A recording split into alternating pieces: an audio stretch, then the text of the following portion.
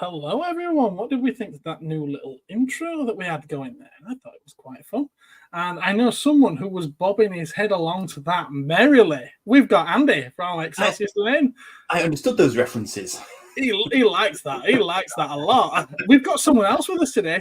Sadly, Mark can't join us, but we have got a very, very special guest in the form of Nick of NEMA Studios. Welcome, Nick. Hello.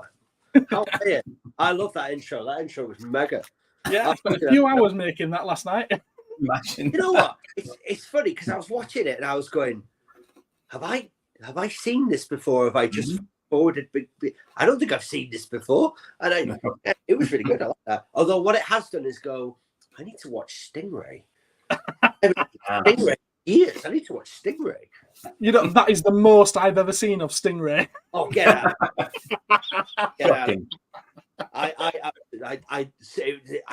love Thunderbirds, but Stingray was always my thing. I love Stingray, and it's mental because I'm not sure I should admit this, but Stingray is one of those things that I've got the Matchbox figures from Stingray, right?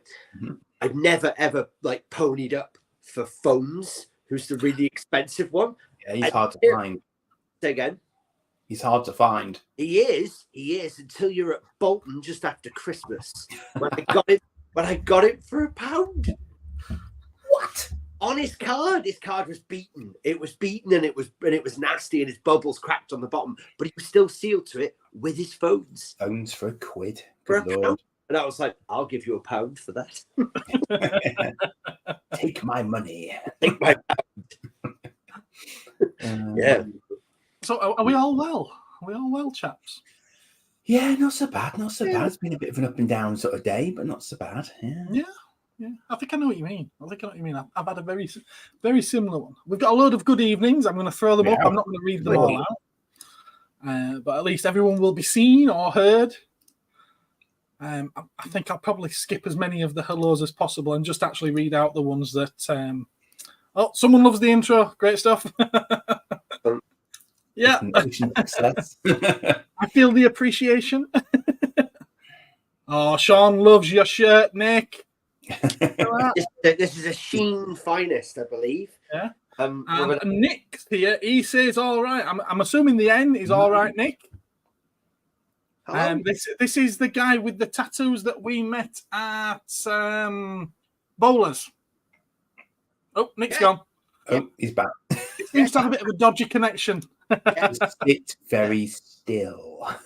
Somebody sounds like Mr. Bean. Hello, Joe. I don't know who sounds like Mr. Bean, but Sean, I've seen that you sent me about 50,000 messages just before I went live, and no, I've not had a chance to check any of them out because we were going live. You pick your times, young man. You pick your times. Dave, hello, mate. Hello, Dave. And I'm caught up. That's the chat. That's the chat. Excellent. That is the chat. So there'll be, abuse at some point. It'll be fine. Yeah. So, I've not got any particular topics in mind to chat about tonight, but I'm fairly sure we can revisit some old ones because we haven't heard Nick's point of view on anything. Is this where I came on here to do some promo and now I get cancelled? So, what's your take on third-party products? Okay, elaborate. They're awesome. I'm joking, mate. I'm joking. Does everybody in the chat know? Or everybody watching? Do you think they know who Nick is? Nick, do you want to introduce yourselves and tell them who you are and what you do? Oh God, don't make me do that. Okay.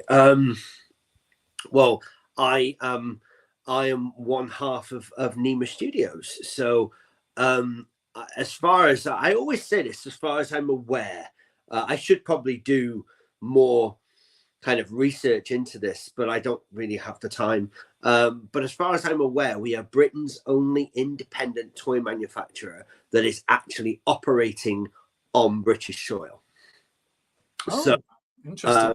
We manufacture action figures amongst other things that are all collectible, etc. But in the majority of what we did, well, I say the majority, everything apart from blisters we make, and it's made here in Britain. There you go. I have an important question, Nick. Certainly. Are you the top half or the bottom half of NEMA Studios?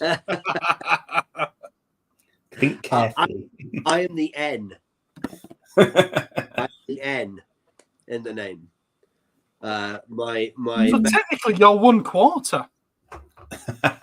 Say again. Technically, you're 1 quarter. Yeah, from a legal standing point. Yeah, I am. The N is me, and the E.M.A is my better half and lovely wife Emma. Which is lovely in itself. We used to be, for anybody that remembers us, we used to be, I think Gareth, you'll definitely remember us. We used to be a retailer called Floston Paradise. And when we started making our own stuff, we specialized mostly in importing stuff from abroad, Japan and the US, that you couldn't buy here in this country at that point. Like we were one of the first people to bring reaction figures from Super 7 in any kind of quantity to this country, whereas like now you can get them fairly readily, I think through Amarang and various other outlets. But Cosmic Toys. And yeah, well, yeah, I meant had to be said. Yeah, but yeah, I know there's a lot of people that retail reaction figures, and rightly so. They're amazing. But we used to do, a lot of stuff directly. Oh, you're welcome, buddy. That's yeah, no problem. You're absolutely fine. Yeah, I know what he's talking about. Like you make turtles, Nick. You don't do turtles, do you?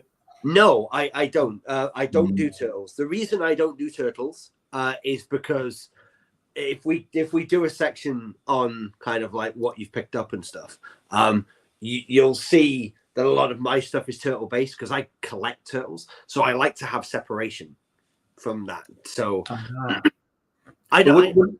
Wouldn't they be too actively licensed still though, as well, to be? Ben knows. Let's not talk about licensing, shall we? So license, yeah. Sore point, apparently. Sorry. No, not a sore point. One thing Nick does not do is any licensed products at all. At all.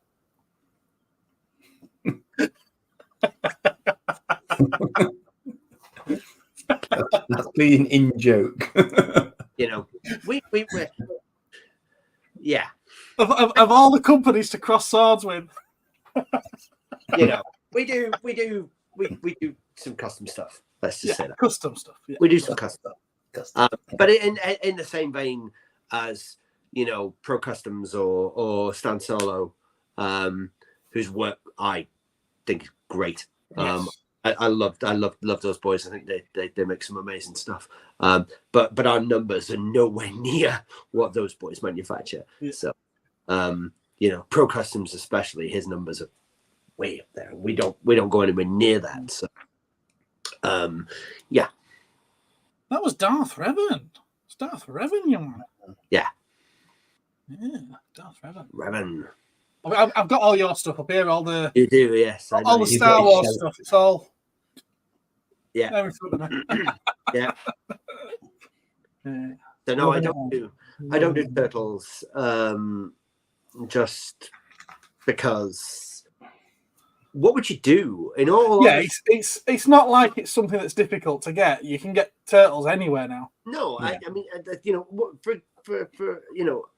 what would you do? Is the first thing. What would you make if you were going to make turtles? What's not been made that's a turtle? That's the first thing you got to look at.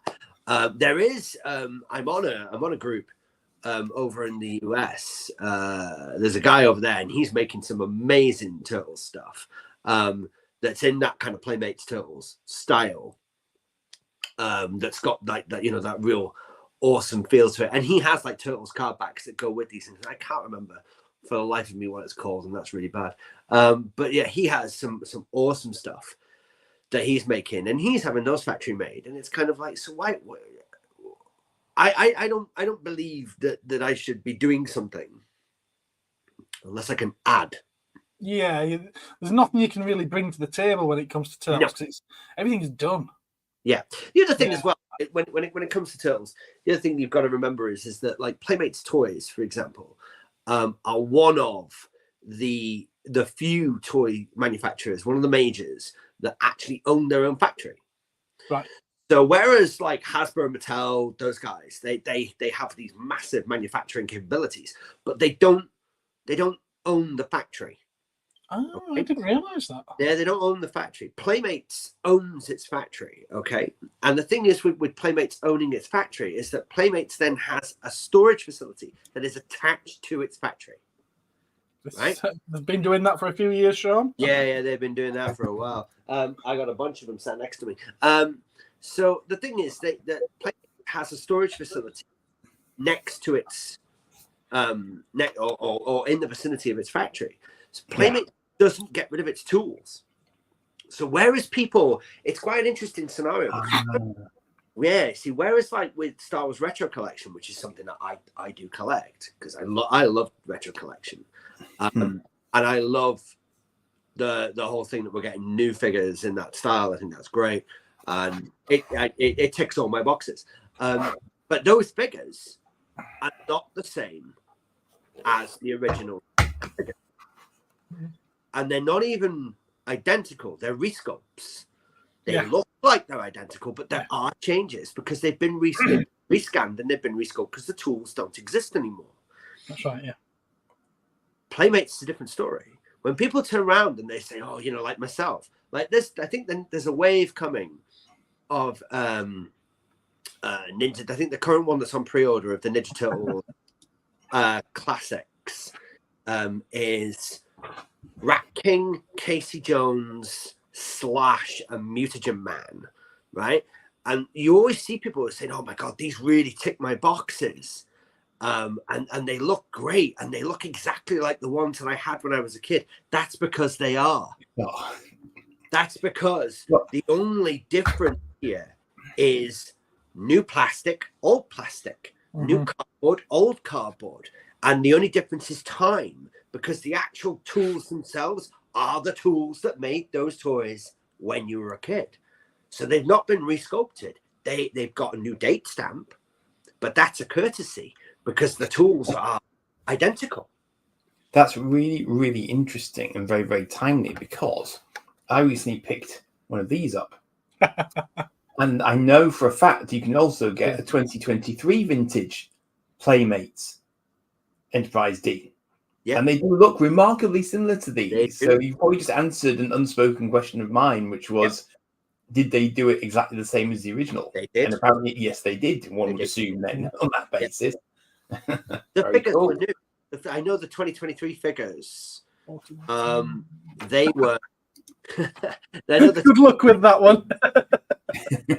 I know the newer Star Trek figures were they were resculpts. They were brand new sculpts. They were. Yes, they did tweak those, didn't they? Yeah, they unfortunately didn't do as well as they hoped. I think, which is a shame because I personally really like Playmate Star Trek. I've got a few full waves of that. I think it's a great line because I love Trek as much as I love Wars. But again, your big problem there with them coming back. And saying, you know, we got new sculpts and new this, apart from the two Discovery figures. You could easily buy them. You know, Picard, Riker, you know, I think there was a Borg as well in there in the new 2023 ones. It's like, but you can go and buy the vintage ones from the 90s for like £15.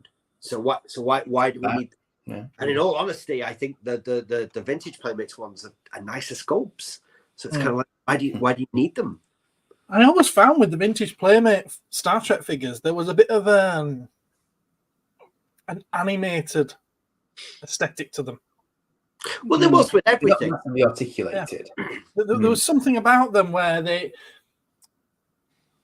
had most of the figures at the time were Next Generation, weren't they? Had Next Generation have got an animated series, that's what the animated series would have looked like. Probably, yeah. Lower decks, etc. But it's like the phases. That's the phases have It's like the phases have orange strips coming off them. And that looks like quite an animated sort of thing to me, doesn't it? I know what you mean. It's like, Wow, Nix has been spending money. Look at that. 29 prototypes and test shots. Sample figures from an employee at Mattel this morning. Wow. Half are more too, the other half are Disney Pixar. Wow. Very nice. You've got too much money, mate. He does love my way. Not anymore, apparently. He does love his prototypes. He does. He does, yes. He's got some of my Cosmic Cowboy ones. So. Oh, has he now? Yes, he has. Yeah. But yeah, I think like I say, I mean, I think Playmates Star Trek is good stuff, man. I'm just a sucker for Playmates toys. I love anything that comes out of Playmates, to be honest with you. Nice absolutely. I absolutely love, Patrick. I love the Toxic Crusaders line. I think that's there's something special about that line. There is, and Trick or Treat are doing the Lord's work by bringing that. Yeah. You know what I mean, and making that far more accessible. Also, they're going to be delving into unreleased characters and stuff like that, which is just great. I can't wait for that because who doesn't want to be able to buy a Toxie figure in a retro style for 20 quid in a giant clamshell? The packaging is awesome for that, isn't it? Looks like a toxic drum, doesn't it? It's fantastic packaging. The thing that I find nuts as well is that I've got some examples, and Gareth, you will have seen this in the shop as well, because I've got some examples of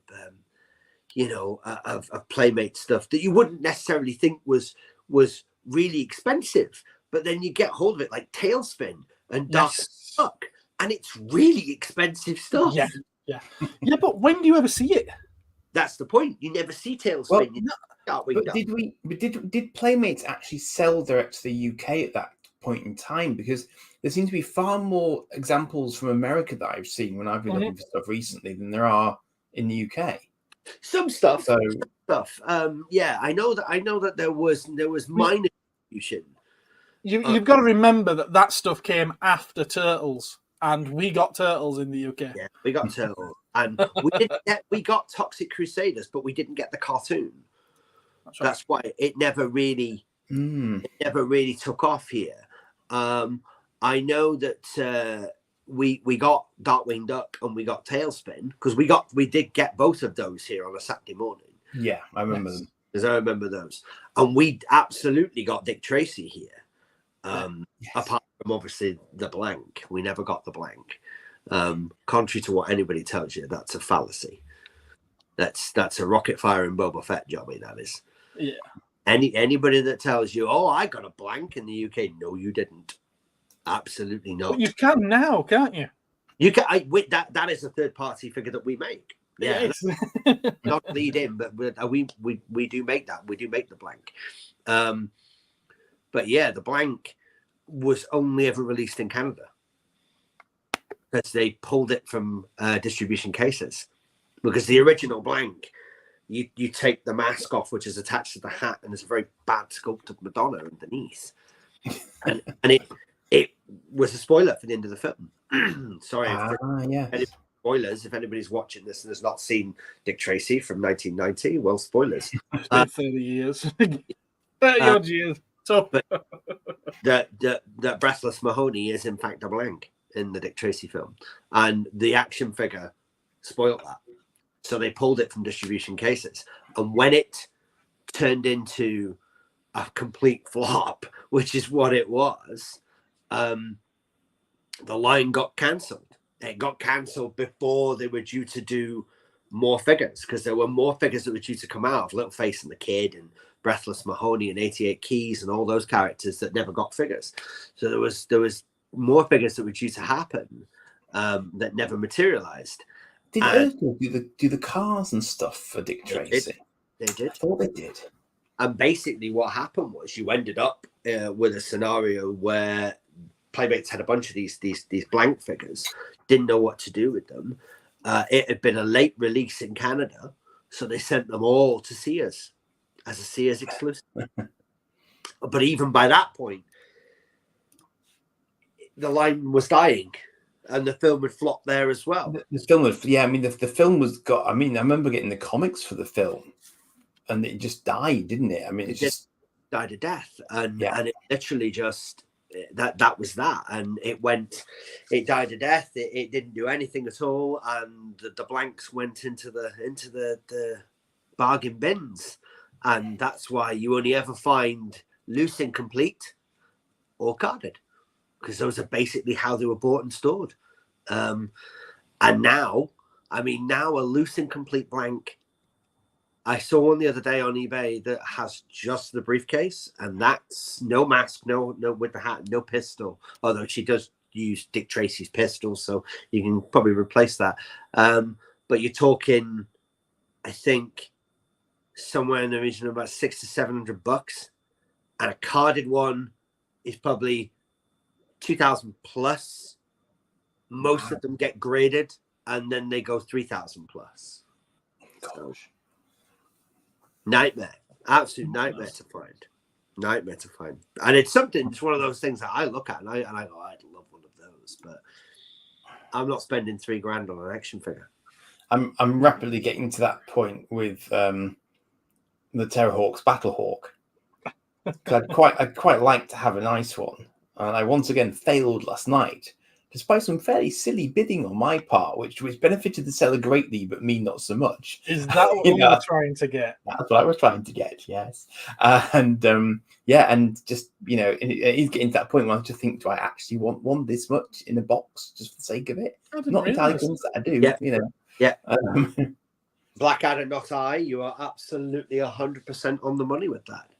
He is. I didn't realise that. I haven't seen any of these short films. He is clinging on to those rights for deal.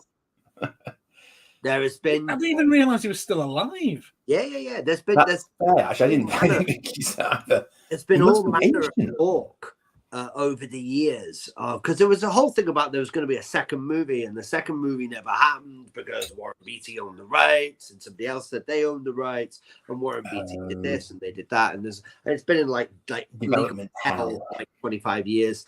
And then, nothing ever happened. And literally, like you correctly says, every 10 years he has to do something to keep the rights going. And there's been talk so many times. There's been talk of like shared universes with the Shadow or something like that, because they would work in that respect. Why is he holding on to it then? Why is he preventing anybody else from doing something? Maybe he just sees that he is Dick Tracy. That's exactly what I would have said. He is Dick Tracy. He is. But I mean, in all honesty, I have a soft spot for that film because I saw it when I was a kid. So it's one of those. Me too. It has nostalgia. You watch it now and you go, "Oh my god, it's awful." But it's like watching the Karate Kid Part 3. I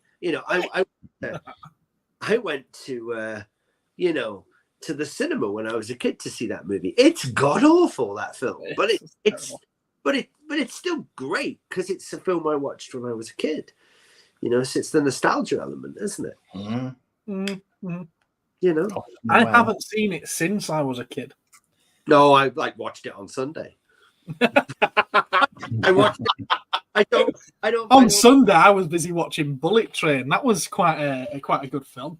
I watched better than I was expecting it to be. Put it that way. You sat and watched something. Actually, I watched Kingdom of the Planet of the Apes. Oh, okay. I've heard good things. It's surprisingly thoughtful and thoughtful as well. I mean, there's stuff happens as well, but it's actually very, very interesting as modern films go. I thought that was quite brave of you, actually, what you just did there, because it's it felt like it was a proper Planet of the Apes film from way back. I haven't watched that one yet. I will need to check it out because I love Matt Reeves's Apes movie. They were fantastic. And prior to that, I have a weird thing where I'm kind of like, there's the 1968 Charlton Heston movie, then there's no others. Then there's Matt Reeves's Planet of the Apes movie. So I don't acknowledge this in between because it's terrible. It's genuinely terrible. I'm like, no. What about the TV series? No, absolutely not. No. So you won't acknowledge them, but you don't mind the Disney Star Wars stuff. I like Disney Star Wars. Hey, I didn't come on here for Disney Star Wars to get a bashing.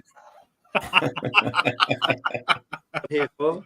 I didn't come on here for Disney Star Wars to get a bashing. I'm not here to bash it. I'm not here to bash. Hey, I've defended the Acolyte, dude. I liked Acolyte. I got a little bit. Alien Romulus. Now, that's a very interesting observation. I watched Alien Romulus on Sunday. It was pretty good until it wasn't. At what point was it not? So that I know whether it's worth wasting my money to go and see it, please. I'm gonna. It means in minutes. Don't be saying at what point in the film. Yeah. I absolutely disagree with that comment. In what respect? I thought Alien Romulus was great. Okay. I look, like, you see, but maybe I'm not the person to be taking lead from, because I like Prometheus. I like Prometheus. Yeah, I hate Covenant with a passion. Oh no, I don't mind Covenant. No, I don't mind Covenant, because Covenant is not as bad as Resurrection. So don't hate Resurrection, to be fair. Yeah, it's not as bad as I like the Betty. Yeah, and I don't hate Resurrection. Yeah. You know, I have a weird thing where I keep rewatching AVP Requiem, because I'm kind of like, this has to get good sometime. No. Because there's a red alien here. There's a red alien in here. How is this not good? At some point, it has to it'll turn good, and it never does. It never does. The comics did it first, though. I mean, the comics did it way before. Of course they did. Yeah, but I mean, the aliens. What have you been smoking, Mick? As good as Alien vs Predator 1 and 2? 2? I suppose someone's gonna like it.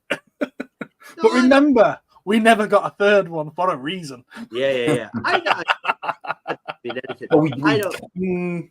That doesn't mean anything. I like. I mean, we didn't did in the end. No. I like about 40 minutes. So only the first 40 minutes. No. I've heard too much good stuff for the rest of the film. I've heard interesting snippets. I've been trying to avoid stuff on it, but no, good. It's good. Well, I didn't like Saturday, like World Cinema Day. Get out of here. I'm not sure I've ever seen an Aliens film in the cinema. Do you know? I had a very similar experience a few years ago, before the pandemic, I think it was, and it was just before Covenant was due to come out, and I'd never seen Alien in the cinema. And I went to see the director's cut, because they were showing the director's cut for Alien Day. And they showed, it was a double header, and it was Prometheus, and Alien. And then you got like 10 minutes of Covenant in the middle as a sneak peek. And I'd seen Prometheus at the cinema, but I'd never seen Alien. So I bought this ticket, and it was a whole different experience watching it on the big screen. Just like last year. You're just backtracking. I think it's last year I went to see Michael Keaton's Batman on the big screen, because I'd never seen Keaton's Batman on the big screen, and it's I might have seen that on the big completely different movie. I saw Returns. I shouldn't have seen Returns, but I saw Returns. Tut. I was just too young to see Returns. Yeah. My nan actually tried to take me to the cinema, and they wouldn't let me in. Well, I was 11, and it was a 15 in our cinema. Yeah. And I was with my auntie and her son, and because of how she approached the kiosk, she said, "It's my son's 11th birthday tomorrow. Can I bring him in to see it? I'm with him, this, that, and the other." And they said, no, sorry, it's a 15. So they said no to him, but because she hadn't queried me, they just assumed I was 15 and let me in. I was 11. No. Also 11. It was one of my proudest moments in the video store when they asked me my date of birth, and I immediately translated my date of birth back 3 years or so I could hire out RoboCop. Nice. Wow. And that was a nasty film to watch when you were younger than 18. Quite frankly. But better than Resurrection. AVP2 and Alien Covenant. Yeah, Probably. I'd agree with that. Last Predator movie before Prey, though, can burn in hell. See, I didn't mind that, but I think that was a whole experience thing. Oh, was that the one that was that The Predator? The Predator, yeah. Shane Black directed it. Terrible film. Yeah, it's not good, but I had a couple of friends round. We had a takeaway, we had a couple of drinks, and we watched that. And we had a laugh from beginning to end. So it entertained just for the wrong reasons. How can it was a good experience. Right. Well, yeah, I suppose you. But how can you say that you didn't like Blade Runner and you thought that was okay? Because I was able to entertain myself with Predator without someone stopping it, trying to explain things or their take on it, rewind and start again. I'm talking about Eddie, by the way, Andy. Oh. But I do plan on watching Blade Runner again. You've got it. The thing that annoyed me about The Predator was, at one point he holds up a severed hand with a thumb up. Yeah. And I was just like, how does he know what that means? Why? Well, how does he know what that cultural reference means? Why would you know that as a Predator? So that was me sort of out of it. They've been coming here for a long, long time. Well, apparently so. I mean, yes, and in fact, given what his overall mission was, it actually makes a bit more sense. So he might have a bit of a hobby of observing humans, in which case that might make more sense. Yeah. I didn't dislike Prey though. Oh, I like Prey. Yeah. No, I like Prey. See, I judge Prey based on what it is. It was designed to be a TV movie. It was never intended to go to cinemas. It was never intended for high-profile streaming. It was supposed to be a TV movie. And from that, I think it's outstanding. I think it's the best TV movie I've ever seen. Am I right in saying, if my memory serves me correctly, Prey is Dan Trachtenberg, isn't it? Yes, I believe it is, yes. Which is 10 Cloverfield Lane. I've not seen that one, have I? That's supposed to be very good. I've never watched it, but it's supposed to be very good, I believe. Phenomenal. 10 Cloverfield Lane is absolutely incredible. I have heard good things. I am IMDbing as we speak.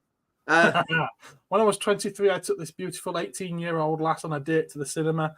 At the start of the film, the title popped up, Predators. I couldn't stop myself from laughing. That's a great movie. That's an amazing it's probably not something you need to be saying online, is this, Nix? That's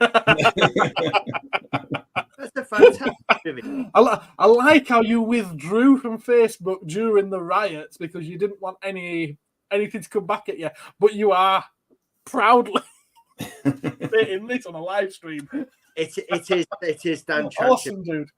Yeah, it is Dan Trachtenberg, and it's 10 Cloverfield Lane. Yeah, you see, that I found really odd. Right? I don't know if you guys are fans of the Cloverfield universe or anything like that. Well, I think 10 Cloverfield Lane's the only one I haven't seen. Yeah, I'm oblivious. I have to say that's something I need to have John a look Goodman, isn't it, in that one?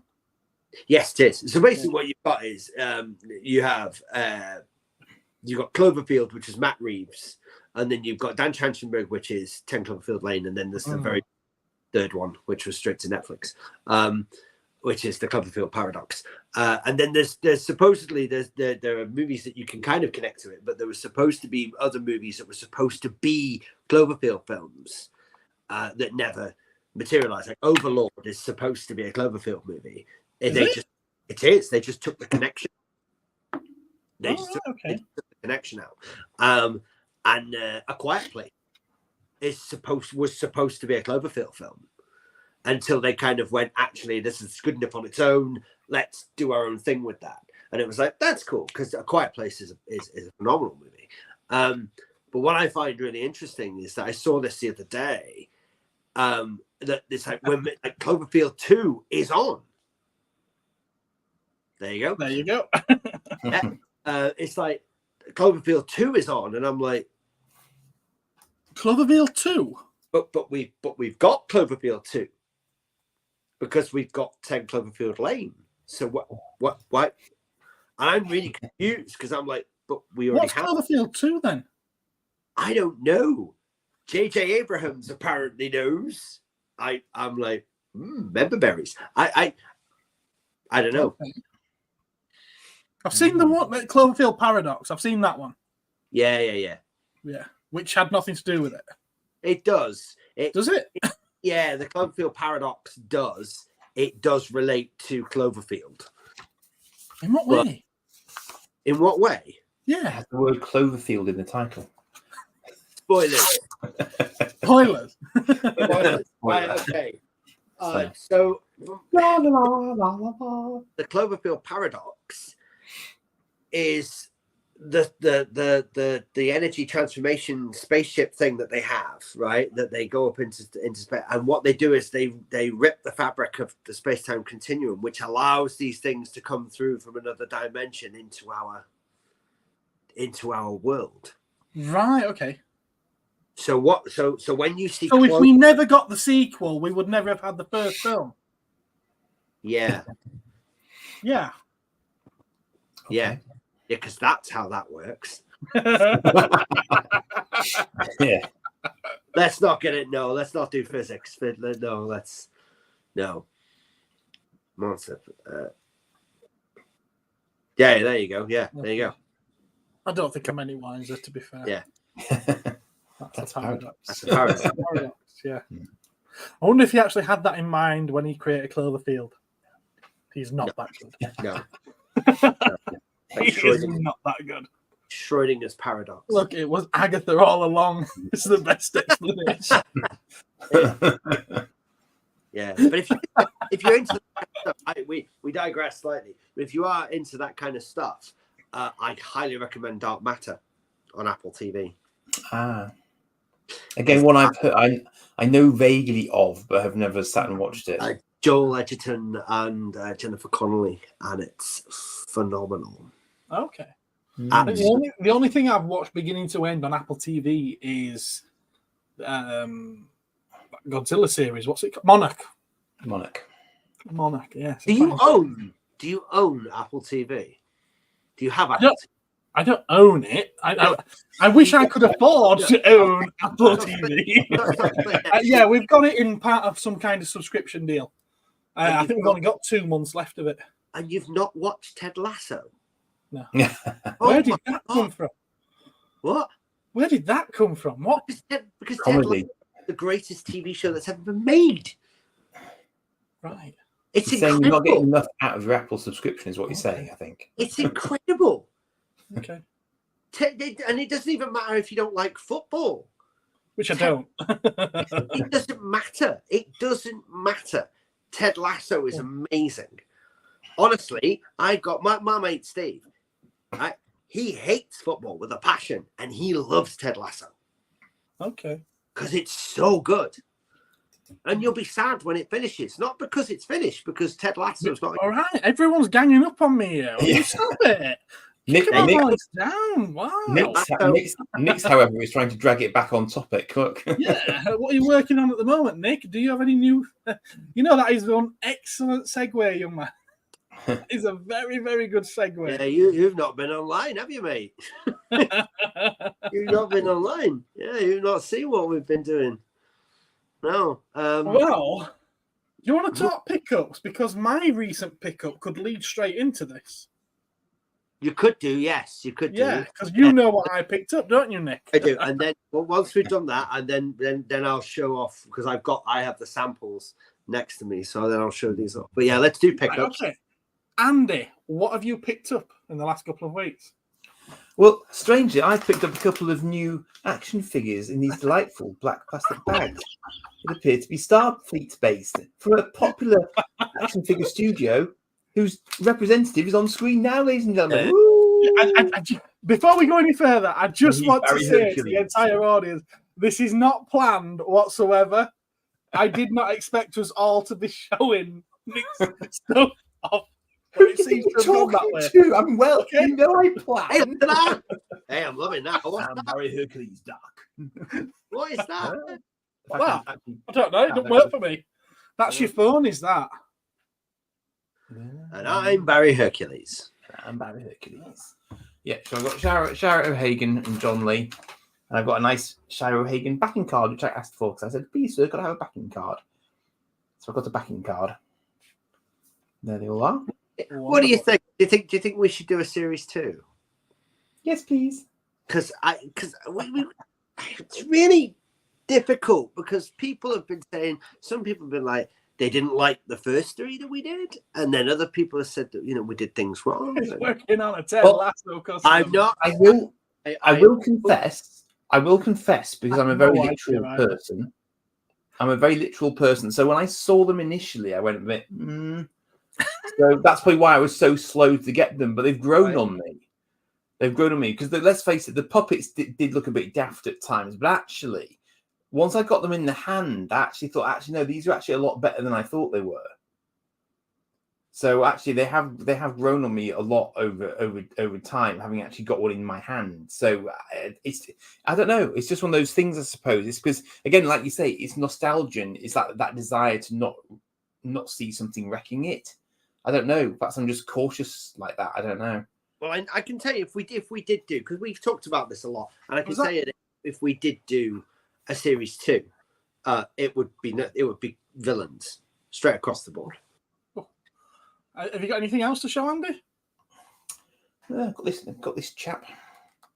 I had him for a little while actually, but I think he's a large Zeroid.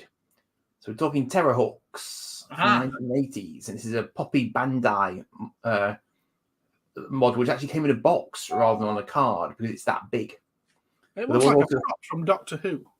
There's also a smaller version available, so he doesn't talk or light up or anything. He can do this with his face, because when they were going into battle, they could actually increase their mass as they rolled. So literally just rolled into battle, and he could be like a battering ball basically, but he could increase his mass. So his attack was quite devastating when he finally connected, and he was voiced by Windsor Davis. Right. Sergeant Major Zero. Such a weird show. Yeah, it was a weird show. Yeah, such a weird show. And let's be honest, how many people got nightmares off what's her face? What was it? Zelda. That's right. It looks a bit like a Smash robot. That's bang on this era, and there are loads of characters. Just saying. But they were done. That's the point. They were done. Yeah, they were done, but you only got one villain. You only got Zelda. Yeah, I know because I've got most of them now. You only got Zelda. That was it. No young star. None of that. Just no cubes. So I'm just saying. Yeah. Point taken. Point taken. Okay. Do you want to go on next, Nick? Yeah. How long have you got? Well, if you want to show stuff that's not N.E.M.A for now, yeah. Yeah. Because I can segue into that.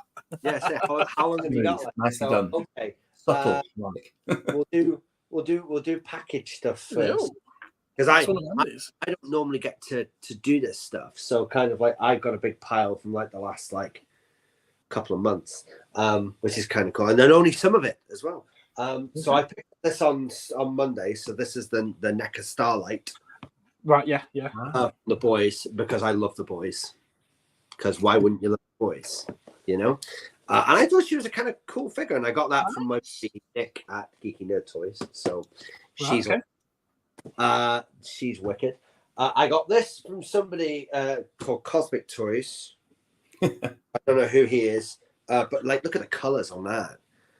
Look at the colors on that. So that's the I don't even know what it's called. It's like Rage something. Red Rage Toxic. Red Rage Toxic Crusader. So that's the ultimate Crusader. Just awesome.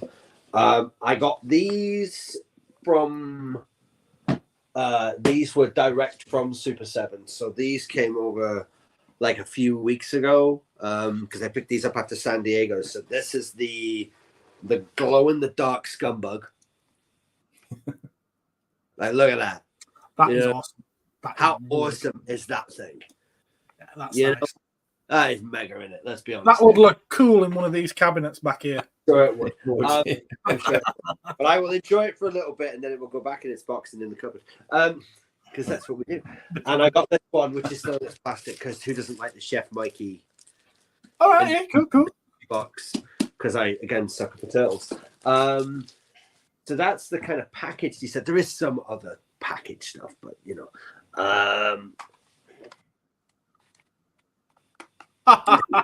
Marshmallow Man Duck. And this is because I'm obsessed with the Stay Puft Marshmallow Man. Okay. It is, in my humble opinion, one of the greatest action figures ever made. The original Kenner Stay Puft Marshmallow Man, I still have it from when I was a kid, is one of the greatest action figures ever made. I just remember the lines around his appearance, like, "What did you do, Ray?" Yeah, what did you do, Ray? What did you do? It's a good question, is that, Mick? Do we think we're saying it can't Wasn't be? there a Toxic Crusader film? Yes, there is. Yeah, Peter Dinklage playing Toxie. Yeah, What's and Kevin Bacon and Elijah Wood. They Yes, apparently that's right, yeah. can't find a I thought it was distributor. old though, like older than they are. No, there's a new one. There's a new one. Yeah, there's a new one, but they can't find a distributor. Yeah, it's the weirdest thing. They're like, oh, we Well, can't, this day and we age. can't Yeah. find a I'm like, I'll stick it on my channel for them if they like. Put it on the website. All right. It's the weirdest thing though, and they're like, it's like, oh, we can't find a home for it, and I'm like, with all the crap I'll home it. I'll home it on Amazon. But no, you think about, you scroll through. I don't. Might be able to get one though. I'll have to have a look. You scroll through Amazon. It's 2R rated. It's not 2R rated. It's just what it is. Yeah, It's when you look to what Wolverine and Deadpool did at the box office. That's R-rated, isn't it? Listen, you scroll through Amazon and you see all the really bad movies on Amazon. Yeah.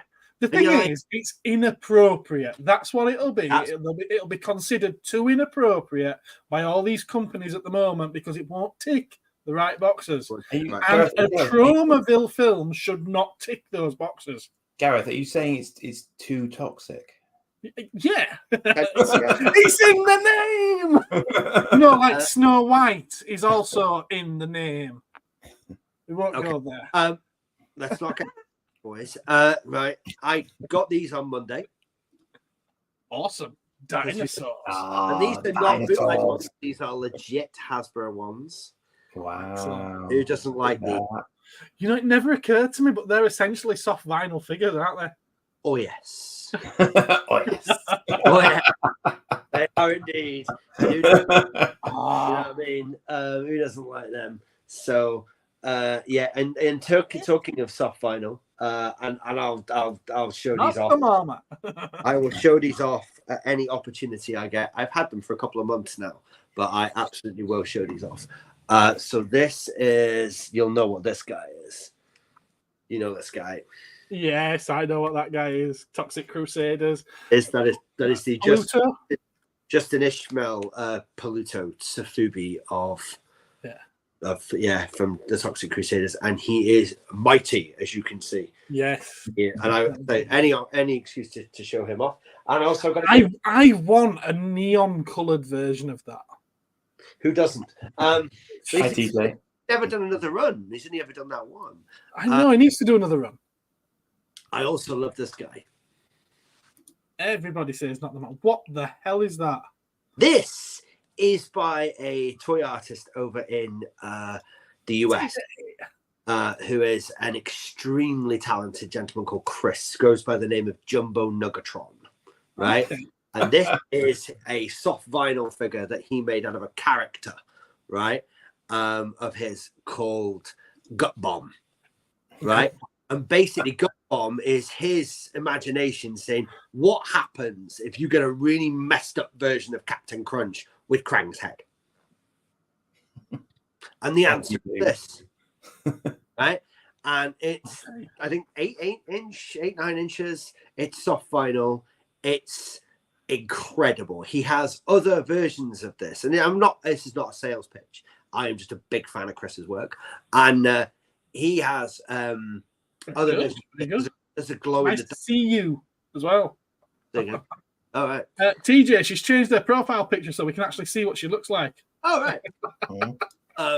He's got other versions of the clear versions, glow in the dark versions, purple. Yeah, it's wicked.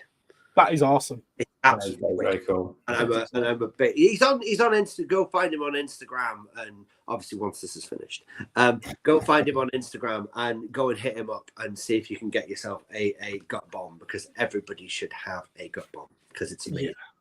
Yeah. That's cool. Is that very cool? Absolutely amazing. Kids, don't put bombs in your guts.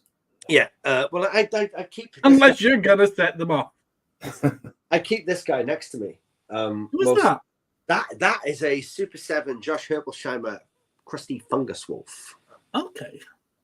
Because again, I absolutely adore Sofubi.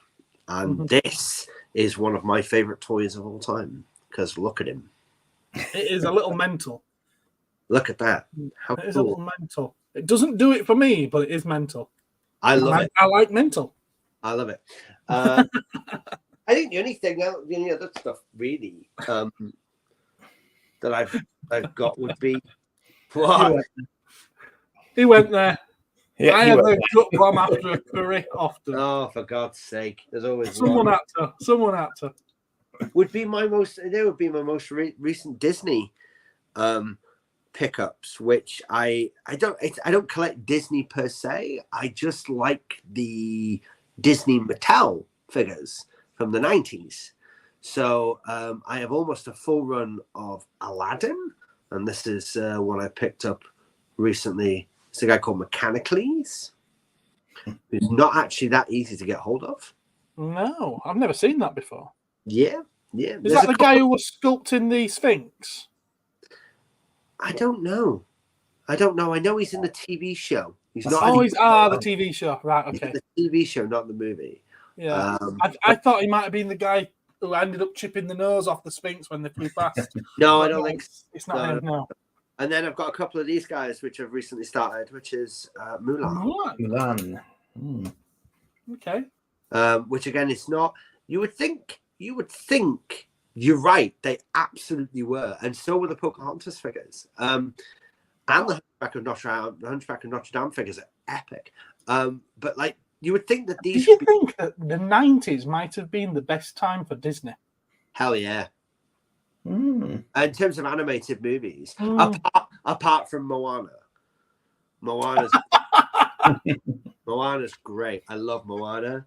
What's not to like about, you got The Rock and Alan Tudyk chicken. Why would you cast anyone in particular for the chicken?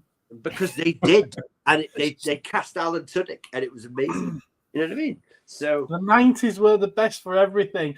It's coming to a point where they're going to overtake the 80s. Well, that's because the 80s has been milk dried, hasn't it? Yeah. Yeah. I'm waiting for the Buffy reboots. That's got to be imminent, hasn't it? Let's face it. A couple of gargoyles somewhere. Cool. Gargoyles are cool. First Power Rangers figure today, not even a big. This is something I've got to talk about. I think I know what you're about to say, and I was going to bring this up when seeing this. Go on. Yeah. Let's just put us back to this for now.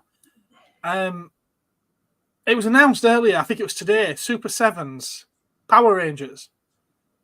Yeah. And I saw them. I saw the boxes they're in. I saw the figure. I thought, wow, they are incredible. I can't wait to get my hands on those. Oh, Pulse exclusive. And apparently outside of the US, they're not going to be Pulse exclusive. But it's the fact that since Super 7 were a thing, independents have carried them. They've shops like my own and obviously larger ones in the States and whatnot. If it weren't for those shops, there would be no Super 7 today. And they're giving exclusives to lines like that to Hasbro, to a big company. Piss off. The Hasbro license, isn't it? I don't care. I would refuse to do the line. It's just the same as... What has Hasbro done for Super 7? Can I just say, go Power Rangers? Well, they gave them... They sub-licensed for a start because Hasbro owns Power Rangers. So... Well, they don't actually own the brand Power Rangers. They own the toys, don't they? They have the toy license. They own the rights. Right. The difference between licensing it and owning it, they own it. See, I thought that Super 7 were actually doing Power Rangers stuff before Hasbro were. With the ultimates and the reactions and things like that. No. Lightning Collection came first. Did it? Pretty sure. Does someone like Bandai not own Power Rangers Ultimate? Not anymore. Not anymore, no. Not anymore. Ah, interesting. Gosh. No, used to. Don't anymore. They used to, and they were far better under them. No. Well, the Megazords were. Megazords. Megazords were. Anyway, I'll let you get back on there. I too looked at those. Those Power Rangers in those boxes because I saw them at San Diego, and they're like a stripped down Ultimate. So you just get the figure, and you just get like a couple of weapons and stuff. You don't get all the extra hands and heads and stuff. And I was like, I can dig this with the metallic paint in that box. Yeah. I dig it. That's right up my alley. And then if you start kind of, doing the villains, reissuing the villains, and you just get the figure in the box like there was, I could get on board with that. But like you say, it's like, oh, it's a Pulse exclusive, and I'm like, yeah. That then makes that it's like I can order it if I want to because I can send it to my US and I can get it sent over. But it's a ball ache, and I'm not really sure I want to get into that. Yeah. Well, apparently, it's only a Pulse exclusive in the US, and it will be available widely outside of the US. Yeah. It's the principle. It's the principle of it. That's it. Yeah. It's like Super 7 have been sort of like heading towards being one of the big boys for a while, and this is just, as far as I'm concerned, this has put them in bed with the big boys. I think, I mean, as you can see, I like Super 7 product. I do. I love their products. I do drink the Kool-Aid. But I will say that, I mean, I think it's difficult to argue that you're an indie when you're making O-ring G.I. Joes. Yeah, fair enough. That's my, because a lot of people make 3 3/4 inch 5 POA retro style figures now because it's very trendy to do so. So there's, we do it. We do it on a small scale, but you have Plastic Meatball, the Zika. There's quite a few. Obviously, Hasbro themselves. There's a lot of companies out there that make 3 3/4 inch 5 POA figures, and obviously, Reaction kind of started that and brought that back in a big way. And made it trendy with Alien. They made it cool again. It does. It absolutely does. But I think when you transcend that, and you start making O-ring figures, that is a different beast altogether. Making G.I. Joe with genuine O-ring is a whole other level. Does it come with spare O-rings? Go on, what else have you got to show us? That's it. Oh, is that it? I thought you had something else. No, that's it. Right, okay, cool. Unless, yeah, that's it. Because you don't want to see product of ours yet, do you? So, well, we're going to segue into that, aren't we? We're segueing. It's a segue. Yeah, my pickups this week on Monday at the York Toy Fair came from the one sat there with his turtle shirt on, Nick. And there was a couple that I never expected to see on his stall. I would have bought 4 as well if he hadn't sold 2 right before me getting there. Don't worry, you won't go without. Hey, Daft Punk. Cool. Both of them, because obviously they come in pairs. You can't just have one, can you? That would be rude. How awesome. That is deeply awesome. Yeah, I was having these. As soon as I saw these, I knew I was having them. Now, he does do variants of these, and yeah, I want those more. And you'll understand why when he describes them. Now, we have 2 versions of those figures. So there's the original versions, which are those, which are in their kind of Tron Legacy costumes, which you see them in the bar scene in Tron Legacy. But then we have a version of them that we call the Tommy versions, where Guy is in translucent red and Tomas is in translucent blue. You just said the word translucent, and Gareth hasn't got them. No, they sold before Gareth pulled the trigger. Oh. And the thing with Nick is, I always know that I can get them off him at a later date. It's not like he'll never make them again. Well, that's not what he said about the Starfleet stuff. I got the last ones ever, apparently. Yeah, but these were new. These are new out. So he's going to be doing more. There is something. I'm not going to tell you what it is, so don't ask. But we do have something that is on the way that you won't be able to buy, and it'll never be, and we'll never make any more of it because it's something that we're doing as a charity thing. Right, well, that's fair. That's just a big tease, quite frankly. Yeah, well, it's a big tease. He is a big tease. It's like, I'm not showing you it, and you can't buy music it. related figures. Do a DJ Shadow. Oh, you know, I would love to. I would love to do something that was DJ Shadow. Shadow's just incredible, but it's what you do. What you do if it's DJ Shadow? You know what do you create? Because DJ Shadow himself isn't exactly that exciting. It's just a dude with a baseball cap and a little goatee, and unless you know who he is, so yeah, I'd have to find something from one of his videos or album covers or something. You look like deep in thought, Gareth. Yeah, well, I'm trying to load up some pictures that I took earlier so that we can make an announcement. Oh God, here we go. Yeah. Well, I think we're about to go into this, aren't we? I don't know, are we? I believe this was the segue. Oh, this is so do you want me to talk anything else before we get there, or do you want to? I don't know. Do you want to? Well, I've got some stuff I would like to plug. Obviously, go then. Yeah, go for it. Let's plug that first. No. Go for it. Right. Okay. Well, a lot of you know about Cosmic Cowboys, obviously. Yes. No. Explain them to the. Right. So Cosmic Cowboys was a toy line from 1987. There you go. There's a lot of those though. Yeah. Giant gift set.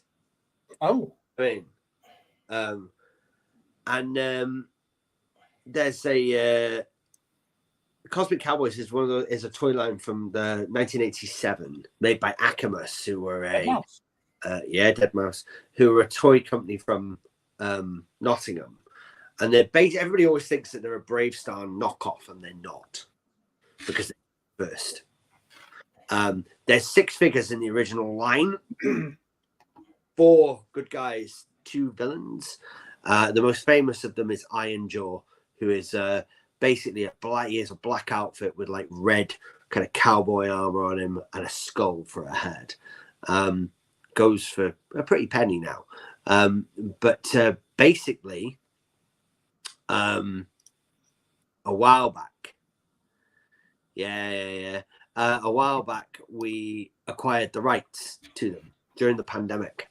It was a toy line that I had when I was a kid, and it was something that I actually used to play with, and my mum used to get them for me. And during the pandemic, we went looking for who owned them.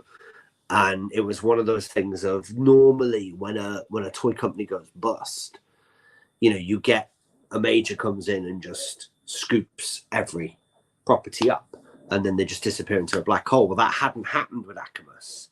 So their catalogue consisted of Exchangers, Battlehawks, and Battlehawks and Cosmic Cowboys, and we bought all of them. You've got Exchangers as well. Yeah, we own Exchangers. Yeah. Well, I see that would be a little difficult to do for your methods, wouldn't it? Don't you think? No, because we're approaching Exchangers with the same as Super 7 approached Reaction Transformers. Okay. As straight up 3 3/4 inch 5 POA figures. So not interchangeable? No. Because the Cosmic Cowboys were interchangeable. Right, okay. So were Battlehawks. They were interchangeable. Well, funny enough, because I've been searching for Terrorhawks, Battlehawk, I'm vaguely familiar with Battlehawks, so they keep popping up on my eBay searches. So now I know.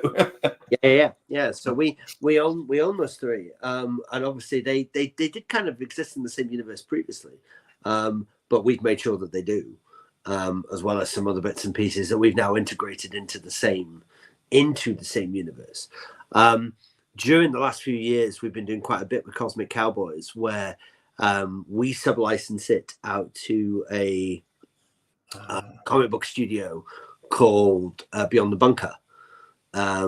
Very talented individual called Steve Penfold, who is currently writing and producing Cosmic Cowboys content for us. He issue 1 is already out, which is, these are like the new adventures. So basically what you've got is, like, originally there was actually a serial comic that was in the Battle with Stormforce books every fortnight, and that was just like a black and white newsprint thing, and it was 2.5 pages, and then it would stop, and then like a couple of weeks later you get the next 2.5 pages, but it was in a serial thing. And then we've recently put all those together and restored them and released them in one book. So you can now we've now got what we call the Complete Legacy Comics, which is a Cosmic Cowboys legacy book that you can now dig. And I think that's going on the website later this week, if memory serves. The odd single issue is available on eBay. Yeah, there is. Yeah, you can get one every now and again, but you can't get all of it together unless you hunt. And then you've really got to hunt that down, and it takes forever. And they're in newsprint, and they're not very good. But we've taken them and restored them and turned them into an actual proper book that you can have in a collection. And we have, at the same time as that, we have this, which is obviously Cosmic Cowboys #1, which a lot of you may have seen on the table, which is the Steve Penfold book, which is the New Adventures. So that's very cool, and I can tell you that issue 2 is inbound, which is great. But one of the things in the legacy book, we've been creating 3 3/4 inch figures for them, which are awesome because that's kind of like my baby. But one of the things that we have got coming at the end of this month is a horse. Oh wow! We have first time we've done this, and he came out great. Yeah, that's come out very well, yeah. So he is from the legacy book, but he's a mechanical horse that's fully articulated, and he's called a row horse. So he's coming on because we've sourced a bigger blister for him, and we've resculpted Iron Jaw will be the first figure that he comes with. So basically, rather than him having a hole like a Tauntaun, he's very much like the Gabriel Pedigree Lone Ranger figures. So we sculpted a rider for him that has the legs that go either side, you see. So cool. He's come out great. Really, really pleased. I have to say, when I saw you handling that, I did immediately jump to Brave Star, because obviously one of the big characters in Brave Star is a horse. But it's but it would fit really well with Brave Star figures as well, I think, actually. He's a bit small for that because he is 3 3/4 inch scale, and as I say, he comes with a rider. So they're quite big, aren't they, the Brave Star figures? Yeah, the Brave Star. Yeah, I don't have any of them, but yeah. So he is but he is coming out on a bigger card, and in the bubble will be his rider, etc. And you'll buy this as a set. Hopefully, he should be available at the NEC. We would hope. So, yes, very, very pleased with that, because it's not. We've done creatures before, but not really creatures that are like this, that are essentially a vehicle as well. So, and obviously with us making Cosmic Cowboys, it's kind of cool to, do a robot horse, because he doesn't want a robot horse. So, yes, there you go. So that's Cosmic Cowboys. And then, of course, there's these guys, which, you know, Gareth will know all about because he said he was fed up of seeing pictures of them online. So, again, because I'm very proud of these. So these are, for those of you that don't know, Blade Runner. So these are 3 3/4 inch 5 POA Blade Runner figures. I've seen things you people wouldn't believe. Mm-hmm. Yeah. This is wave 1. So there's Deckard. There's Roy Batty. There is Pris. Daryl Hannah, everybody. Yep. Pris and Rachel. Yes. Pre-order full set, and there is a secret 5th one that you get with it when they're delivered, which will be late Q4, early Q1. Numbers, as I always say, because of what we do and how we do and whatever, numbers are mega limited on something like this, and they're almost gone. They went live on Friday, and they're almost gone. So, which I'm over the moon about, because it turned out lots of other people wanted them the same time as me. You know, so yes, so that's Blade Runner. There you are, and it's. I also like to point out that it's not Han Solo's head. No, it doesn't look anything like it. But Not Han Solo's head, because a lot of people were said to me, they were like, "Well, you're just going to use Han Solo's head, aren't you?" And I'm like, "No, no, because that's lazy." I might have been tempted to do a scan of Han Solo's head, but resculpt the hair. No, I would have done it just as a tongue-in-cheek thing. no, it crossed my mind, but no. No, okay. It crossed my mind, but no. Just Indy would have been closer anyway because of the stubble and everything. But Indy's Han Solo's head. Retro Indy's a Han Solo head. Yeah. Yeah. With a hat. Yeah. It's Bespin, I think, isn't it? And a whip. That's it. It's a Bespin. I'm sure it's a Bespin Han. The retro Indy, yeah. The vintage Indy is a Bespin Han. Okay. I should know. I've got all those retro figures somewhere. Apparently that's sweet as. Yeah. Aren't you? Question for Nick: will there be any more enemies to balance the good and evil in Cosmic Cowboys? Okay, so at the moment there are 8 figures in total in our line. So because what we did when we acquired Cosmic Cowboys, we also acquired something called Sheriff Solar. Now, if you guys are familiar with your kind of Space Cowboy bootleggy type figures from the 80s, you'll know Sheriff Solar because there's some real cool characters in that, like Tombstone and Cactus Jack and stuff like that, and Buzzard. So what we did is we acquired those, and then we basically merged that universe, because that, again, Space Cowboys in our universe, because when you own the universes, you can merge them together, and so you just can. So the other thing that is part of the Cosmic Cowboys universe now is Dragon Riders of the Styx, because we own that as well. So I don't know if anybody's familiar with Dragon Riders of the Styx, but that's something that is ours, and that is also going to play its part. In terms of villains, our line of figures at the moment is 8 deep, and it has Cody and Star Marshal are both heroes. Iron Jaw, Buzzard, Tombstone, Voidbot are all villains. Voidbot's a new character from the new comic book. Charlatan Boyle, who's a space rabbit. He's epic. What's up, Doc? He's neither here nor there, really. He's kind of like not really anything. And Brand is a hero. So there's 8 figures in our line at the moment, with another 4 in process. So, because Cosmic Cowboys will keep going while other people buy it. I keep making them because I love it. So Nick, how do you hear about these titles that are just sort of up for grabs then?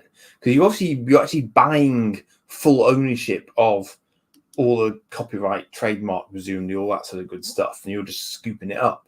So is there like a trade mag or something that says these are available if No, anyone not really. them or... Not really. It's a bit more in depth than that, and you just have to go and look. It's not really like there's a bulletin board that you can kind of go, oh well, is that, you know, it's not like there's like, you know, this week up for grabs is this. It doesn't really work like that. It works on a basis of, if you think of something, you can go and there's places you can check whether or not that is still owned. And you're surprised by some things that aren't, or some things that are not protected, and you're going, okay, how is that not protected? Because see, these are old, long-standing friends of mine. Because back in the day, I was running a Starfleet website, which is still up, and no one quite knew where the rights had fallen. Right. So the nearest we could find was a company in America called N.E.M.A. Right. And they were the only trace that people really had of where they might possibly find either sort of, you know, the actual kind of original tapes, the original, you know, original reels, that sort of thing, and or you know, the rights to show the English language version of it.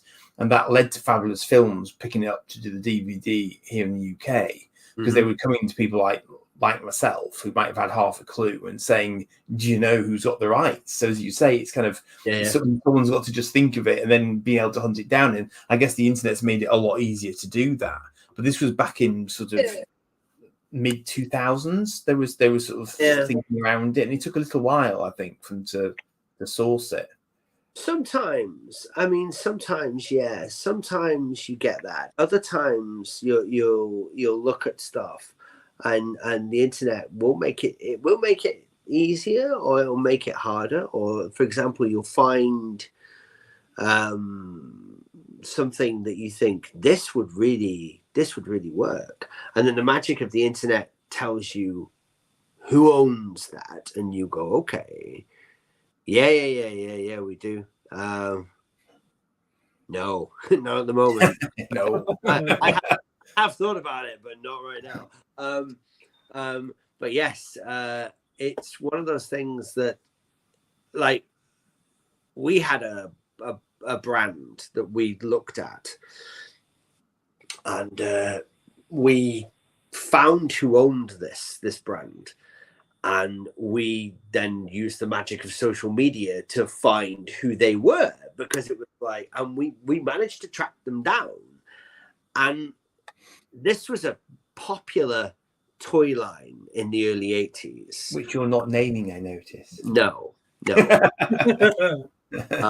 All I'll say is it was meant for boys, it was soft toy, and it was made by Hornby.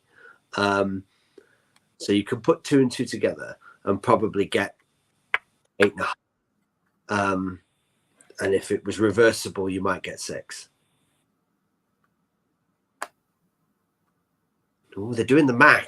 I know exactly what it is. There you go. Yeah, I know exactly what it is. Yeah.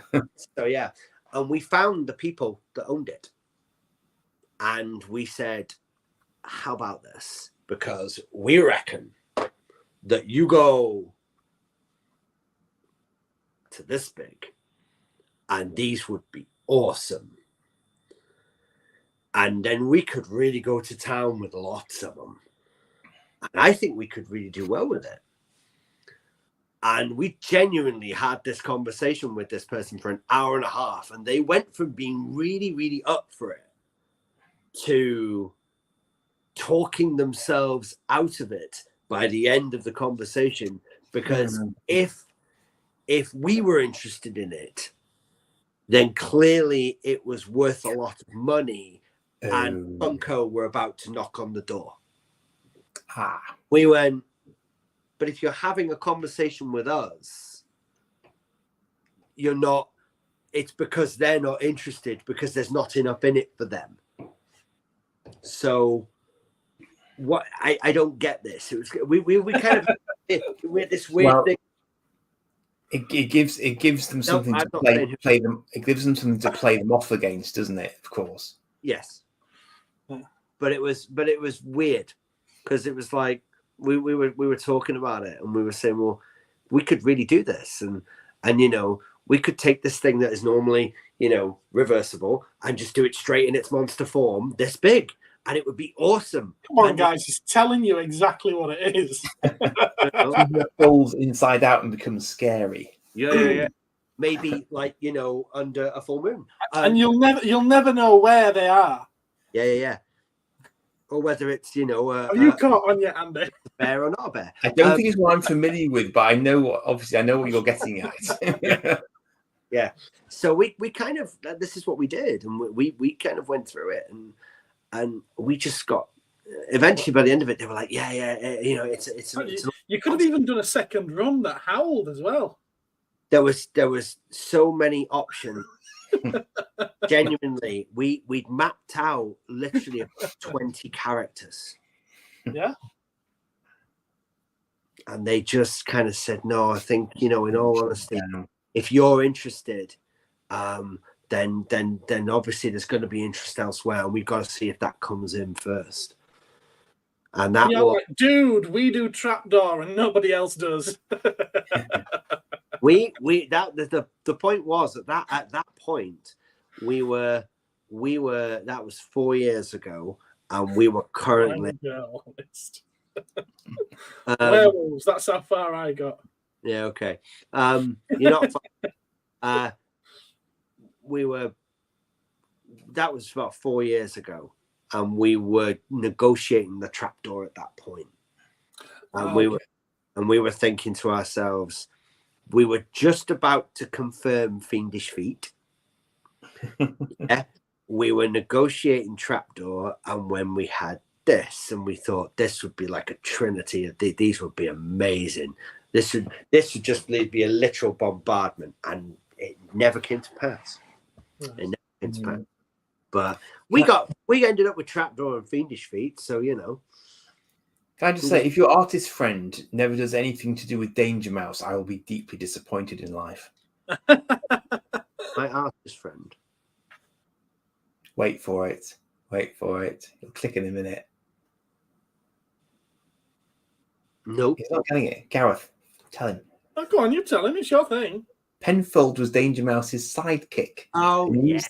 Oh, yeah. I've given him jip on that many times. Yeah. Yeah. I've known him for so long now, it kind of doesn't even just straight over. I'm like, oh yeah, there's Penfold, isn't it? Yeah. Yes. No. Yes, no. No, I digress. No, it's it's one of those things. I mean, Fiendish Feet was a prime example of what you were talking about, though, of how it was suggested to us, and it was like, what about Fiendish Feet? And I was like, I used to have them when I was a kid. I used to get those yogurts when I was a kid, and I was like, you can't. And it was like, they've got to still be owned by someone, surely. But are they owned by anyone who cares about exploiting them, though? That's the thing. Because like you say, they could just be in a dusty cupboard in terms of whatever rights there are. That's the weird thing about rights. They're not necessarily tangible things that... It was a weird one. It was weird. Because it literally had been, like, completely locked up and, like, totally locked down until, like, a year and a half prior to us looking at it. I need to know. I need to know, because I've already got Gilbert and I've got grot bags. Will there be a tea bag?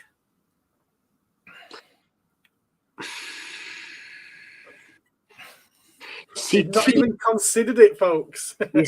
tag is one of those things that sits in the same realm as Doc Croc and what's his face, Rod Hull and Emu, and those kinds of things, that we look at them and we go,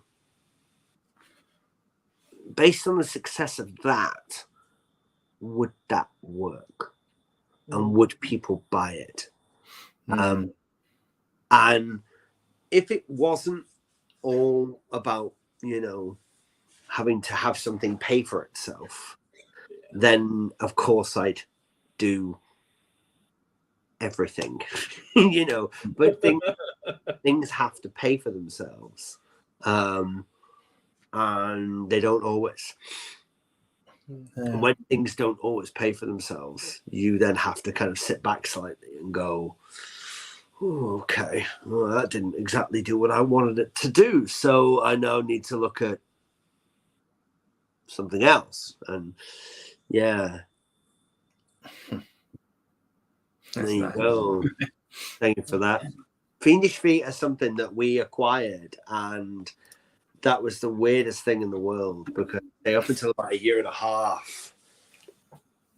prior to us looking, it was all completely sewn up and locked up tight, and you couldn't get near it. And then bizarrely, it just very strange lapsed, fell into a black hole. But there may well be. I mean, I often find this with. I don't know if you found this, Gareth, occasionally with, you know, that every now and again, some of these rights management companies must acquire stuff like this, because every now and again I'll get a new copyright ping on I used to get old copyright pings on old cartoon intros saying basically, you know, this is our copyright, you know, we're monetizing it, but we're not taking it off you, sort of thing. And it is fascinating because some of them are far more hardcore than others. It's like I had a Mysterious Seas of Gold interrupt, and all of a sudden I got properly clobbered. And I just said, this has been literally been on YouTube for 20 years, because you not just leave it up. It's like this long, you know. Yeah. You know, gone, boosh, just kiboshed it just because, you know. And it's like really interesting how militarized some of these companies are getting about making sure no one can do anything with it, so that they can sell it to someone or license it or whatever, you know. Very, very interesting the way it's sort of developing like that. Yeah, I think you're keeping these things alive, though, aren't you, by doing this? It's terrific, you know. Wow. Like to think so. Like to hope so. Like to hope so. Fiendish Feet is a weird one, because Fiendish Feet is something that so many people. Cosmic Desktop. Okay. Desktop.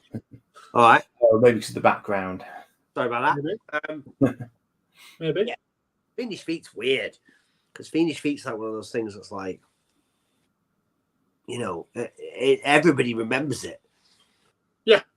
But of a certain age, yes. I can remember the yogurts not tasting particularly nice, but I had to have that brand because the pots were great. Yeah. Mission accomplished by the marketeers. Yeah. I maintain that people who go to university to study marketing, I feel, should be made to study the toy lines and corresponding cartoons of the 1980s. Because my argument on this is that, you know, though that the marketing for Masters of the Universe, Teenage Mutant Ninja Turtles, Thundercats, Real Ghostbusters was so good that we're still obsessed with it 40 years later, and we've never let it go.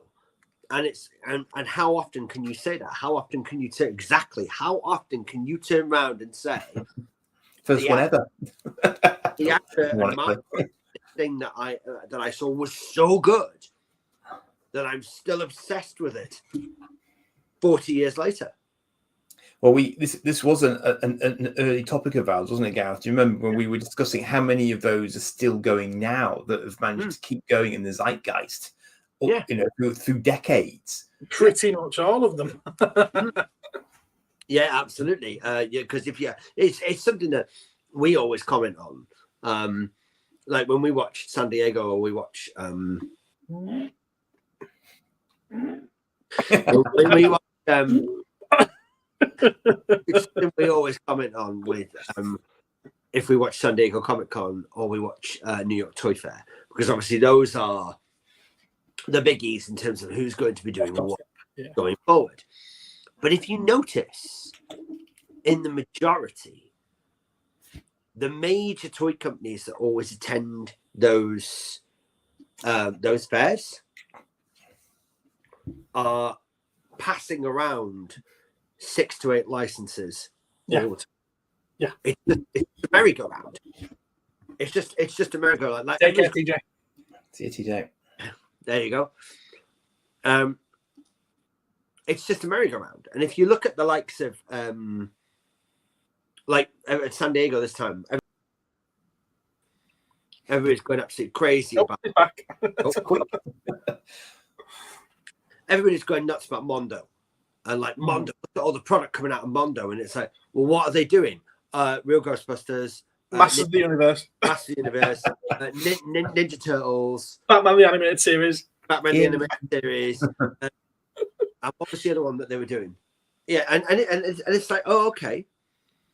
So what? So there's never anything new. It's kind of like that. That's all they're ever doing. It's like you have Masters of the Universe, you have Thundercats, you have G.I. Joe, you have Ninja Turtles, you have Real Ghostbusters, Star Wars, Transformers, Marvel, DC. And maybe, rinse and repeat. And maybe one fringe. There'll be one fringe license that'll come out of left field that'll take people by surprise, like Silverhawks. And it's like, oh my God, Silverhawks! And everybody goes nuts about Silverhawks because it's something that's not the, and it's crazy. Oh, you'll see people Jason the Wheeled Warriors, please. Oh, I know. Oh well. There were unreleased Mattel figures that never came out. Well, we never really properly got them over here anyway. I've seen them. I've seen them in the flesh, but I was not in a position to do anything about it at that point in time. Leicester had some once briefly, I think. Yeah. There's unreleased Mattel figures of Jason the Wheel Warriors that you can find images for online that never came out. You can get 3D print files for them. Can you? No, I'm saying, can you? Yeah. Why would you need them?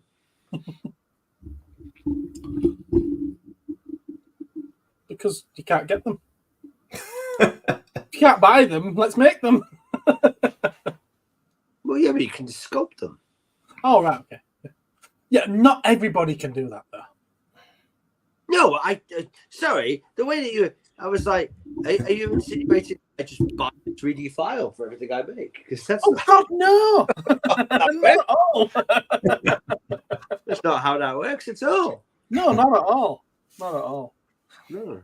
When you do the vacuum metalized, though, that Jason the Real Warriors really needs. Well, those figures aren't though. If you look at the images, but the vehicles, I think, is what. Oh no, not doing it. No, I'll make a Blade Runner spinner before I do that. Yeah. you did a little figure of him, didn't you? Who is that? That's Diex from Starfleet. Oh, sorry, I couldn't see. I thought he was big on top. No, not done him. I didn't. I thought you had actually. No, we've not done him. No, we're looking at him. We were looking at him, but we haven't done one. But yeah, again, he would be like a transformer, like a reaction transformer. He'd be like this big, So yeah. But do you not do sort of like a deluxe size one? You know, like the reaction figures have done of the Megazords, where they are actually bigger. They're bigger, like 5 inches. Yeah, possibly. Yeah, possibly. Maybe that's something that would be. Maybe if we do more Starfleet. Yeah. If we do more Starfleet, I got other stuff I want to do first. Some of those villains would be quite cool, though. They would be very, very interesting. They might be a ball ache to paint. Oh God, yeah, they would be. But like I got 2. If we're going down like the customs route, I got 2 that I really, really want to do that have never been done. That I think would just be awesome if they were 3 3/4. You know, because nobody's ever done Galaxy Quest. Well, you've just done something that's never ever been done before. You're still on with it, aren't you? Yeah. Yeah. And nobody's ever done Event Horizon. No. Now, here's an obscure one for you. And I think very few people remember this series. Do you remember there being a War of the Worlds TV series? Oh, now you're talking my language. 1988, Canada. And didn't it, in fact, have the Highlander in it in the second season? Was it him? It did. I will tell you a story about that TV show, if I may. Go for it. I will tell you a story. So I want a toxic barrel with a three-fingered arm coming out of it. There you go. That's it. I have my excuse because I know I'll sell one. This is the case approved. I can literally just go upstairs in a minute and go, darling, it's been rubber stamped. Because I now know I can sell one. Yes. Because if we're going to get nerdy about this, they're not actually Martians, they're more Taxans. Yeah, see, well, they're a more Taxan. The second series was very strange. Second series very surreal, but that first series is awesome. Now, when I was a kid, that series was on at God knows what time of night, like 2-3 o'clock in the morning, right? But the cool kids can time set their video recorders, which is what my mum and dad used to do for me, right? They used to record that for me, right? That used to record that for me, and they used to bring it, and I used to watch it when I was a kid because I loved all that stuff, right? And of course, this was before the internet, before toy magazines, before anything was available like that that I could get hold of. Because even Action Figure Digest wasn't readily available over here. You had to go somewhere specialist for it. And I always remember going into Toys R Us and Woolworths, and there you go, and looking for the Martian action figure from that TV show, and never ever being able to find it. Were there toys? No, not realizing that it never existed. Right? I constantly looked for this thing, not realizing that it actually didn't exist. But I wanted it. I really wanted it. And what I really wanted was that there, as you can see in your screen there with the goggles on, which is one of the more Taxans in their hybrid robe. And I wanted the alien with the single eye and the 3 fingers, like you say, with the toxic barrel.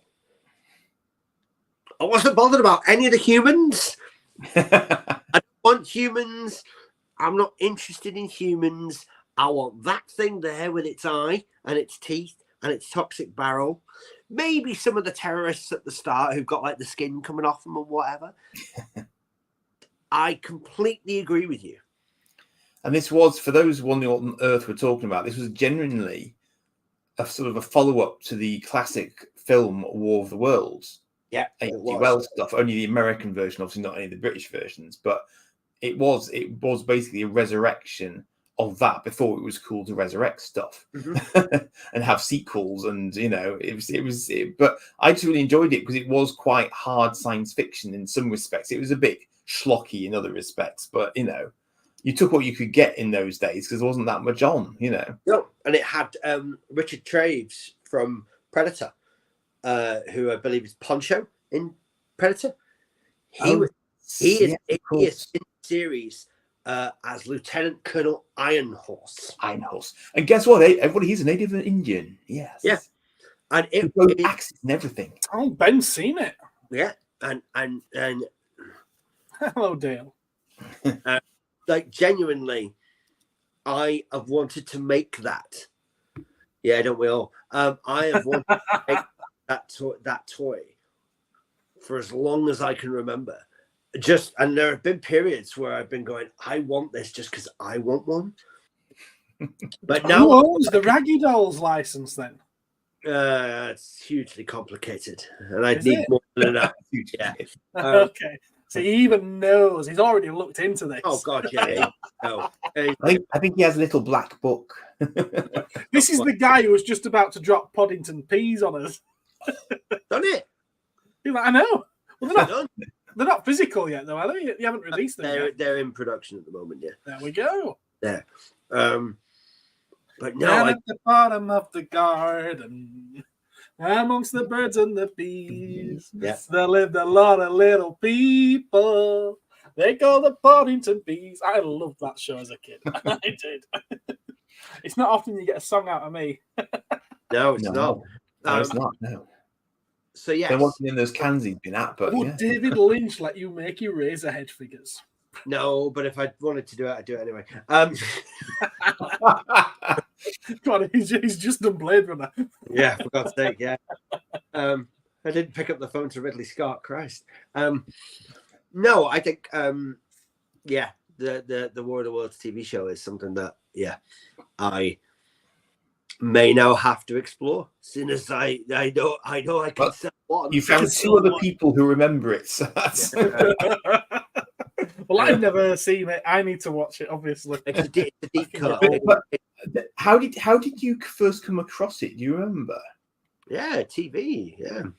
No, I didn't. I found it in my local VHS rental store. Well, it might be It had like the first opening, 2 episodes or whatever that featured the war machines. But it had that cover of the 3 fingers on the. Yeah. Yeah, I rented it and then I found it on TV. I did it that way around. I think that might be what happened. It's a long time ago. Yeah. I know I've got it now. I've got both seasons of it now. Have you? I own both seasons of that. Yeah, just was there only 2? Yeah, yeah. The second season was like it was like the Space 1999 when they were sort of quite dark and serious for the first season, and then second series just went what? You just completely rewrote everything. Like what? Yeah, it was very odd. But it's very similar to is it Battlestar Galactica 1984, which you just don't watch. We also don't talk about it. Yeah, exactly. No. It's like that. Weird. You see, whereas people say to me, "Oh, it's like the VTV series." I'm like, not really. The VTV series is great. Got some awesome stuff in the V series. Okay, it's not as good as the mini series or the Final Battle, but it's still got some cool stuff in the TV series. Whereas, like, I need to finish watching. V's great. Whereas, like Battlestar 1984 is like, oh my god, I'll never get that time back. But Yeah. it did have There's nothing redeemable about 84, is there? But it does have flying bikes. They were quite cool. There's nothing memorable. Has anyone ever done What on Earth figures? Never heard of it. I'm going to profess I don't know what that is. I don't know what that is. I vaguely know the name. That's about as much as that. Oh, Sport Billy. Again, I'm going to put. See, this like you can't know everything.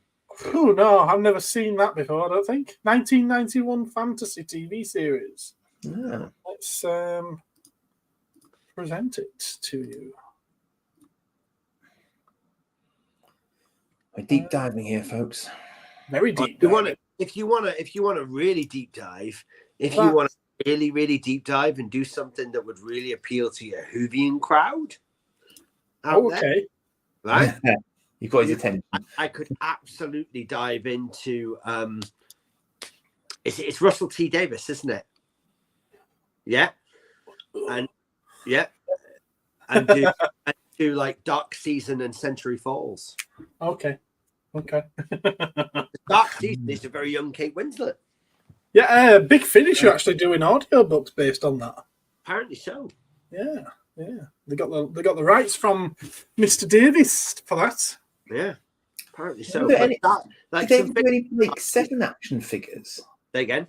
Did they ever do any Blake 7 action figures? I believe they were going to be done. Weren't they going to be done by what's it before they went down? Isn't Blake 7 Jerry Anderson? No, it's Terry Nation.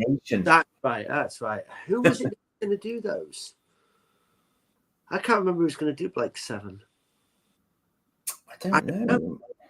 I'm finding customs. I'm not finding any final products. No. Interesting. Because it's about to get a re-release on Blu-ray. It is. Special effects.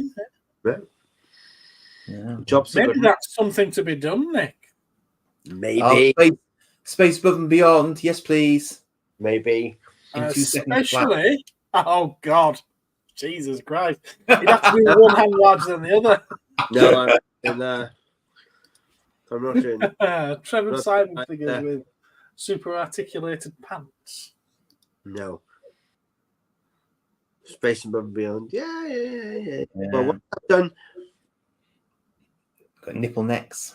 I guess it's a silly shit. Please check me out. Sensible ones don't go there. Probably for the best. Once I've done that, I want to, I said once we finish doing, War of the Worlds and as I said before, but Event Horizon, because I really want Event Horizon figures because I think it's really wicked stuff. As mental as that movie is, it's a phenomenal film. And there's some. I do wonder though, with Andy mentioning it, as there is going to be a new series, well, not a new series, but as they are bringing Blake 7 through on Blu-ray, it's got a chance to be piquing interest. It might be a good time to throw some of them out there. I know it's not. I know it's easier said than done. I realise it's easier said than done. But it might be. If it's something you're ever thinking of doing, now's probably the best time to start working on it. Yeah, probably. Yeah. I can immediately think you get free advertising. Yeah, probably. Free mainstream advertising. Yeah, probably. But we should get to this thing of yours. I know. Yes, we're nearly 2 hours in.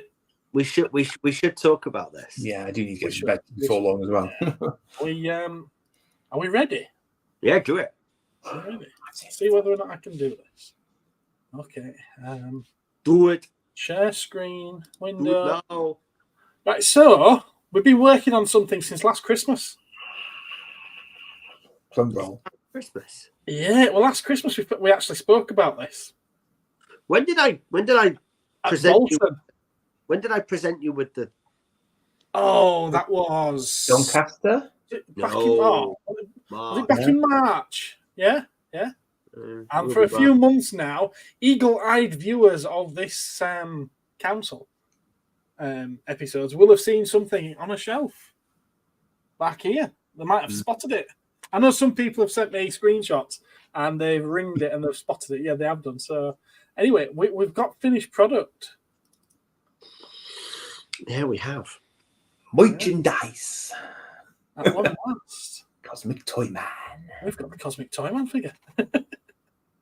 It's been a long time coming as this one, hasn't it? Yeah. He's not the easiest. No? He might look like he's the easiest, but did you come into any troubles whilst developing this? Yeah. Yeah? Yeah. Somebody said they wanted a jetpack. Ooh. Somebody said they wanted a jetpack. You're the second person that we've made an action figure for to their design, and they went, "Oh yeah, I want a jetpack," and I'm like, "Oh, look at that." I'm getting Fireball XL5 vibes off it. Okay.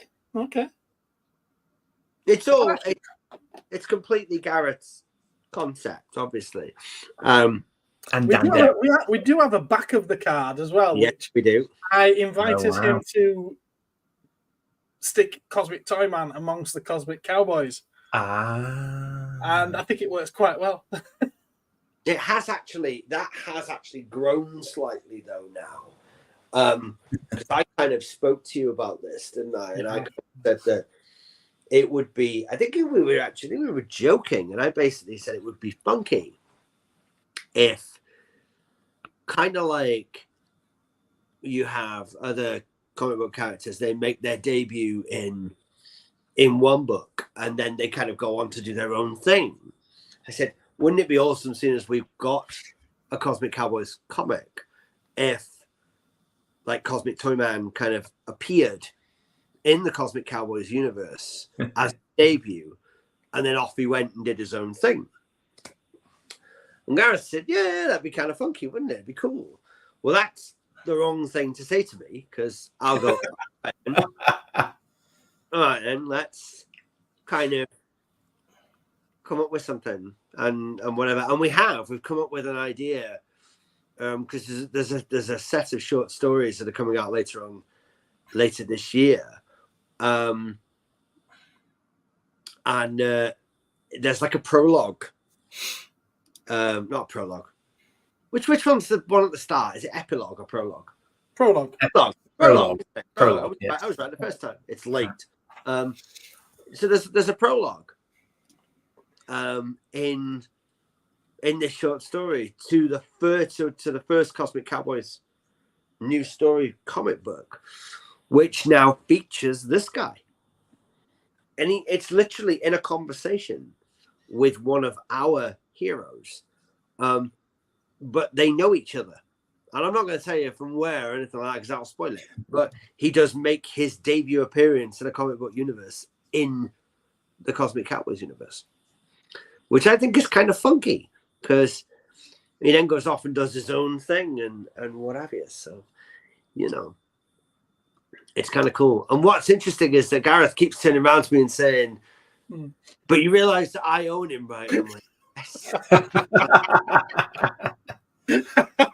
That's purely because of a conversation you had with me where you said that anything that he puts in this comic, you own. And I was like, yeah, but this one's mine. Yeah.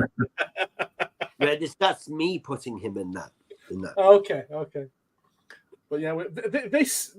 Did you tell me this was the test shot one rather than the finished product? Correct. That's so this is the test shot. He does come with a white lightsaber as well. Oh, sorry, no, he comes with a white laser sword as well. Laser sword. Yes.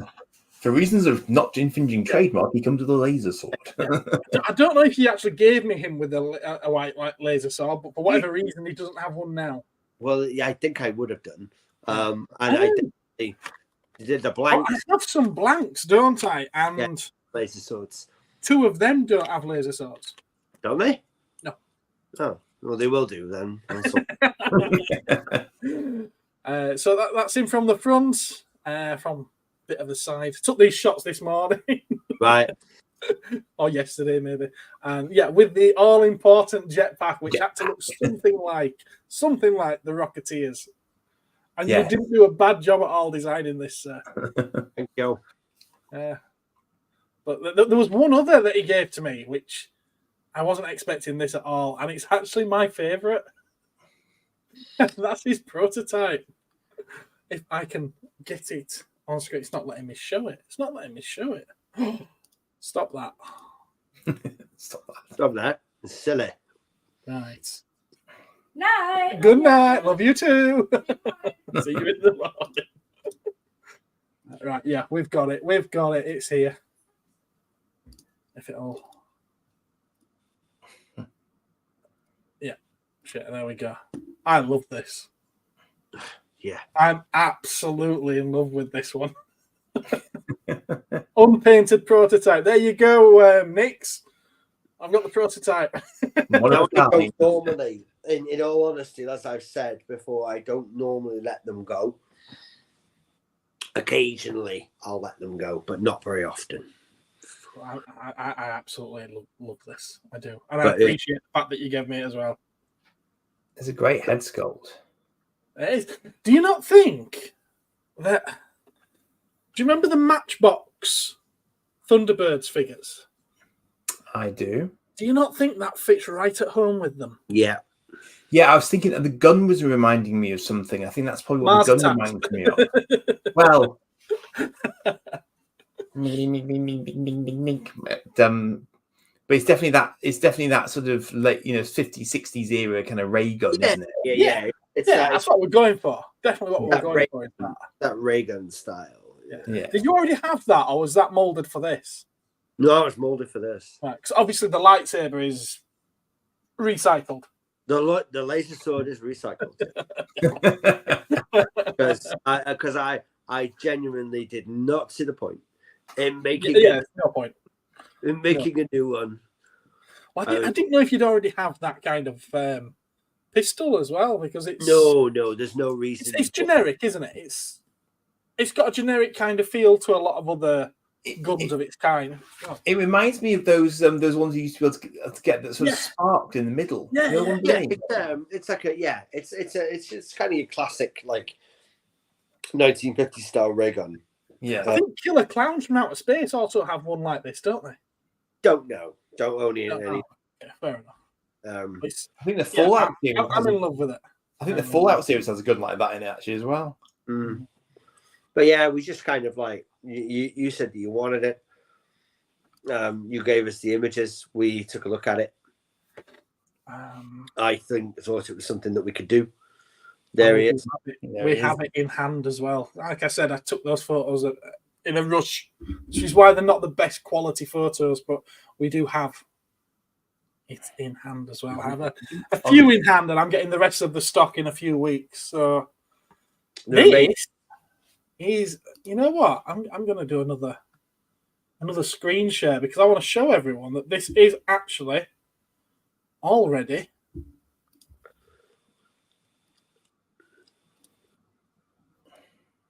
Oh, they did have one with you in Doncaster, didn't you? Already. You swore us to see available to buy. It's there. It's there. Yeah, that's the other thing I would say is that anybody that's looking at this and going, "Oh, cool! It's got a NEMA Studios logo on the bottom. We are the manufacturer, but you can only buy this from Cosmic Toys." That's right. Okay. Yeah. But they're not being cut out of the loop because I can only buy them from NEMA Studios. Yeah. So yeah, it's there if anyone wants to buy it. And I believe I've got the price right. I kind of just did this while we were on air, and I'm like, I think this is right, but is it? No, I think so. Yeah, I think that's about right. Yeah, about right. It's there. I'm pretty sure that's about right. Yeah. So, go on, guys. I'm waiting for those pings. Yeah, it's certainly been fun. It's certainly been fun creating him, but we did because I think we did this off the back of the fact that we'd done Manic Miners. We'd done Manic Miners at Christmas. Sure. So we'd done Shoptimus Grime and Crusella, which if none of you have ever seen Kev's store artwork from Warrington, it's awesome, isn't it? It's really, really cool because he's got this commission piece of artwork for his store logo that is basically he's a female companion. If I remember, oh, there you go. Well, that's on you. I'm in a wheelchair because we have to be progressive. If I remember rightly, it's something to do with he's like next door to a dog groomer's. Kev is next door to a dog groomer's and a bubble, right? So he's got Shoptimus Grime, which is a mech made out of a washing machine, and Crusella, which is a kaiju that's also a poodle. That's a kaiju that's got poodle hair, right? And Kev said to me, he said, "Can you?" He said, "Can you make these into figures?" I was like, "Yeah." Famous last words. But yeah, why not? I can make a mech washing machine and a poodle kaiju. How hard can it be? And we did. We made them, and they looked awesome. And the card art really worked and stuff. And I think you'd seen these, hadn't you, Gareth? Hadn't you seen these that we did for Manic Miners? I hadn't actually seen them, no. Oh, right, okay. In fact, to this day, I don't know if I've seen them. They're on eBay. Are they? Yeah, you can find them on eBay. They're on. Yeah, yeah. There's a couple. I think I was aware that you'd done them. Yeah. I'm aware of what his design looks like. Yeah. But I think that's as far as I've got. But I think I mentioned to you, didn't I? And I said that we'd done these, and you were like, "Well, I've got this guy, and I want to turn this guy into an action figure." And I was like, "Okay." How hard can it be? As it turned out. It's all good. It's all good. It's good stuff. Yeah, Cosmic Toyman's been fun. What problems did you run into with him then? Was it the jetpack? Jetpack mainly, yeah. Because it's because of the undercuts on a jetpack, you can't do that as part of the sculpt of the torso. It has to be an extra piece. A separate piece, which makes it a ball ache. Because it means it has to be glued in. Mm-hmm. Which again is a ball ache. But it worked. We did it, and it happened. And jobs are good. So you're actually encouraging me to do. He's back. He's coming back. There he is. He's actually encouraging me to do colour variants on these, which means he wants to do more of these with jetpacks. I have said that I think jetpacks. I think you should do colour variations. That's just me. Brainwave accessories packs with different coloured jetpacks and guns. Well, you can't do the jetpack. Saying it has to be glued in. Magnetic jetpacks and guns. I am not using magnets. Oh, no, he couldn't. Well, he could, but it involved him still gluing the magnets into the finished product. If he's going to do that, he may as well do the jetpack. I could, but I hate magnets. No. I mean, I've said you should do color variations. Yeah, but that's just me. We have also talked about a second run of this, haven't we? Because I did want something else with this, didn't I? You wanted a helmet. Helmet. I knew you were going to say helmet. You wanted. And yeah. Dave, please tell me that you're taking the Michael with that. It's already red and white with tinsel. It's a green helmet. That's what you want. What colours would we do? I wanted either a helmet. I thought it'd be too difficult to do a helmet that goes on and off the head, and I get that.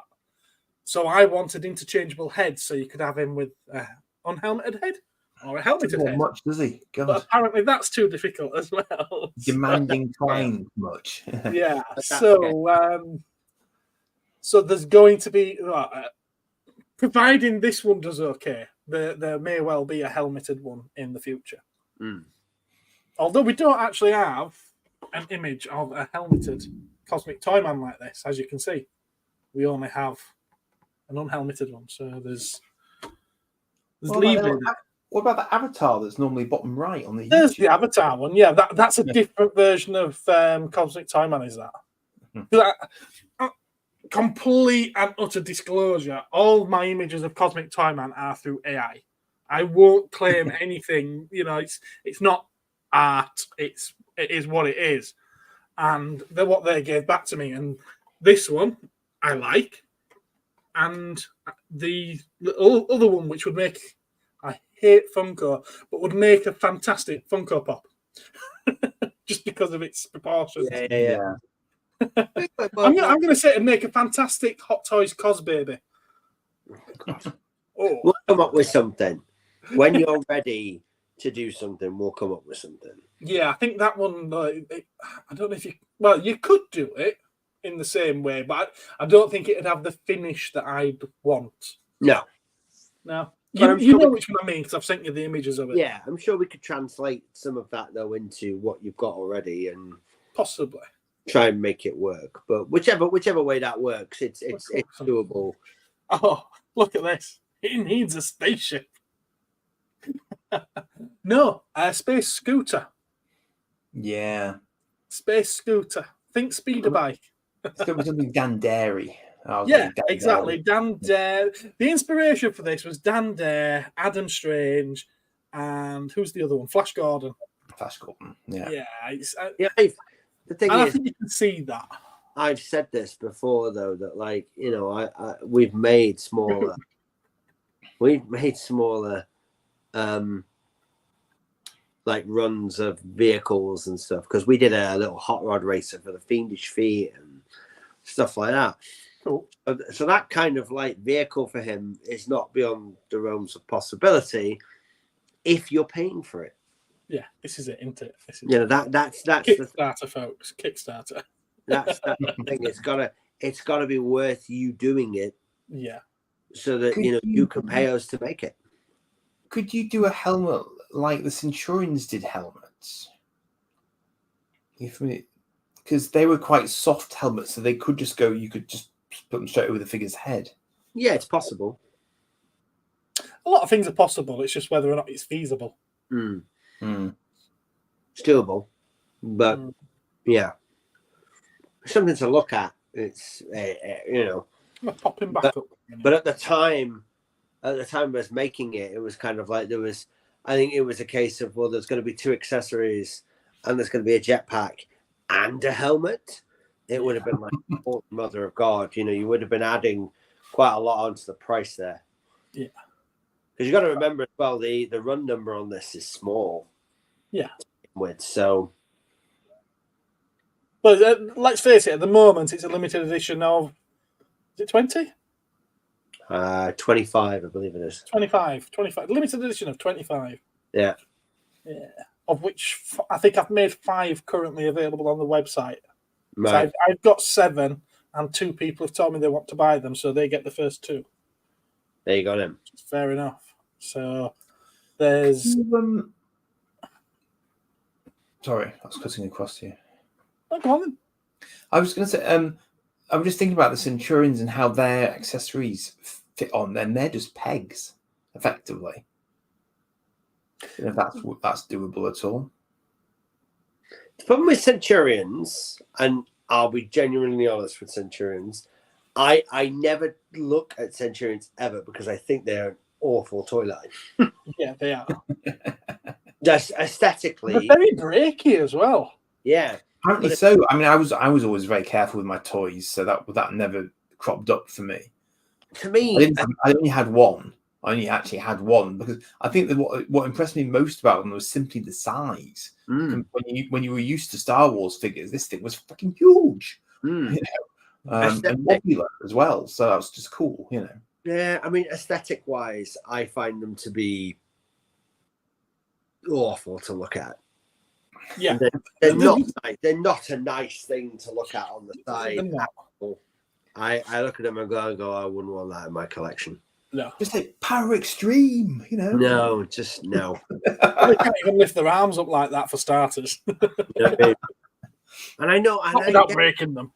I get that people adore them, and I get that you look at some stuff and you go, "There's like, wow, there's some real odd stuff out there that He needs a winged companion made playable by John Rhys Davies. Oh my God! or Brian Blessed. Brian Blessed. Yeah. There's some weird stuff out there. Yeah, Cosmic Toy Person. Yeah. Careful, boys. Let's not get cancelled. I have Someone has to. I have my stuff in my collection that I'm sure some people would look at and go, "What on earth have you got that for?" Like I've got I actually have Space Precinct figures because I like Space Precinct. I loved it when I was a kid. I am one of only 2 people I know that have and collect the Playmate Sequest DSV figures. I've got 2 of them. There you go. See? What's that? Wavelengths, you see, wavelengths. I have a piece of foam in my collection. You have a piece of what? A piece of foam. Nice. Okay. Yeah, it fell off a costume of King Ghidorah on set. Awesome. Oh, I remember that story now, yes. That's awesome. But I've got... It's signed on the back of it by... I don't know if it's the special effects guy or the guy in the suit. It's in Japanese. I'll never know who signed it. That's wicked. But it doesn't really display very well. It doesn't look great, but it's staying in my collection. Yeah. I say I am missing one. I'm missing one Sequest DSV figure. And that's the bloody dolphin. The bloody dolphin. Yeah. Darwin. I am missing Darwin. I refuse to pay £60 for a figure of a dolphin. I'm just but there will be a day when you walk into a fair and find him for £1 with a slightly banged up card. There will be a day that I'll be like, there'll come a day, and I think that day might be soon, where I'll be like, you know what, I just need to pull the trigger. But yeah, I am very much so, oh wow, look at that. Yeah, see stuff in the collection that looks awful, and people would say, "Why the hell do you have that?" What is that? It's a knockoff Voltron. All right. Of course it is. What? I picked this up at the NEC. Are you sure it's not a knockoff of a knockoff Voltron? It could well be, yeah. See, I've got this right now. This I found in. I got hold of this earlier because this is in my collection. And it's random, and it's very random, right? And only people really from the Northwest will know what this is, right? But check that out. You see what that says? Toy and I'm a hobby toy and kid. hobby kid. Right. So to the uneducated, Toy and Hobby was a chain of toy stores, right, that operated literally in the Northwest. Was it only in the Northwest? Yeah, in the Northwest. Wow. In the I didn't know 70s. that. And literally all of my major toy purchases when I was a kid. So like, for example, the Stay Puft Marshmallow Man, right, came from Toy and Hobby in Chester. Yeah. They had this wicked design for bags, but you can never find anything that survived from Toy and Hobby. And when I saw that, I was like, I am having that. I'm a Toy and Hobby kid. So that's how random it gets in my collection. That might well be where I got a lot of my toys from back in the day as well, because my mum probably did go to Chester and Wrexham from time to time. Nice. With me, definitely. And one of my very clear childhood memories is virtually floor to ceiling B-wings because they couldn't sell them and they were ridiculously cheap. So I probably got one for like $5 or something, just because they were like one of the last Star Wars things and it was waning and they just overstocked massively, you know. Let me ask you this thing. So you've got that very clear image of those B-wings floor to ceiling. Yeah. Yeah. What does the floor look like?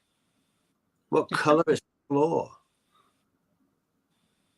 I immediately thought red when you said that. Toy and Hobby in Chester. Isn't that weird? Toy and Hobby. Because Toy and Hobby in Chester had a bright red, like kind of almost like verging on like dust brick colored red floor that had this weird like bubbled like texture to it so kids didn't fall over when they were running. Bright red floor. So when everybody ever says anything like that about this area and goes, I can remember that, and like floor to ceiling of this, and it was like, yeah, and it's like, it was the floor. Well, Nick, you might be able to answer this for me actually, so you might have memories of this as well. I went back. I went back to Wrexham not that long ago because I have a very clear memory, both of a small toy store that was almost outside. It was very, very small, but again, floor to ceiling, like almost like a market stall, but somehow out. Maybe it may not have been outside, but I know there was a row of shops that were quite sort of outside these, so maybe it had a little bit inside, but he did like an external, display as well or something. I don't know. Yeah. But then there was this other store that I remember, which could have been a Smith's. I would sort of go in the front and there would be a staircase sort of centrally and you could go up the staircase and I could see the toys just as I got off the staircase at the top. But I could also look down on things like annuals from the staircase. I think it was probably some sort of old department store that's long since gone, but I don't know if that brought back any memories for yourself. How big? Okay, so how big was the second one that you're talking about? Well, I think because I think he's the same guy. But go on. It was when I was little. It seemed quite big, but it was like sort of standard W8 Smith size store, 2 floors categorically. And when I went on the Wrexham Facebook group, some people were really kind and they were trying to figure out. There seemed to be quite a lot of department stores in Wrexham at that sort of time. So this would have been mid-80s probably for me. But it must have had a central staircase that you could go up with banisters on either side. So it wasn't up against a wall. It was kind of in the middle of the store. So you could see either side of it, and there was stuff either side of it on the ground floor. So you must have come into the store and kind of gone to the staircase rather than it being on the side of the store. Do you see what I mean? See, I think, in all honesty, what kind of toys was he selling in the department store? Can you remember what you bought? Or I know what I wanted to buy, which I didn't get until very recently, briefly from eBay, which was an Airwolf command chopper. Right. And it also had some scientific-y sort of ones, the ones that you could pump air into and they did stuff, that sort of thing. So it's slightly unusual, I think. I think, bizarrely, you're talking. Yeah, it's not as good as the last one, is it? Probing his brain. You're actually talking bizarrely about the same guy in both instances. What do you think? No, I think you are. There used to be a very odd, department store type place on the outskirts of town called Granny Midge's. Right. And it had a big Art Deco front, right? And you walked in through the Art Deco front. There was a little bit of a walkway, and you went up a set of stairs. Right? There were lots of different vendors within this place. But as you went up a set of stairs and you went just around the corner, there was a guy at the back of Granny Midge's who sold all manner of mostly science fiction toys and die-cast cars. Right? I remember what this gentleman's name is. He retired a couple of years ago. Because Granny Midge's was there for years and years and years and used to be the go-to place to get vintage Star Wars stuff in the area for forever and a day. Oh my word, what was his name?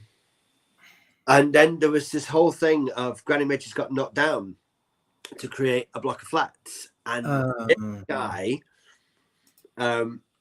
took up shop in the meat market. Right? And that's one of the places I thought it might have been. He was in the meat market, he was in the butcher's market, and it was a unit on one wall of the butcher's market, and literally it had enough space for you to kind of go in the doorway and then kind of like turn and go like 3 feet that way and then 3 feet back. And he was on one. Yes. And it was called Moban Models. I can't remember. That was his, and it always had a cardboard cutout of Darth Vader outside it. Yeah, what was his name? It was Ben in the chat seems to think that Cosmic Toy Man would look cool in glow in the dark. I see. Before you make Nick glow in the dark as an offshoot. We got there before you. There's one on the way. We did. We did. What colour is that going to be? Is it going to be the usual glow or is it the red glow? Green. Green. You asked for glow, not glow. Yeah, proper glow. Glow, not like proper glow. Like UV active. Like this. Yes. You asked for glow, not UV. Yeah. I can't remember. Although that Darth Maul's not doing too bad. That's all right then. Quite good that. I can't remember what his name is, and eventually I will find out what his name is. But I used to. I literally went there forever and a day. And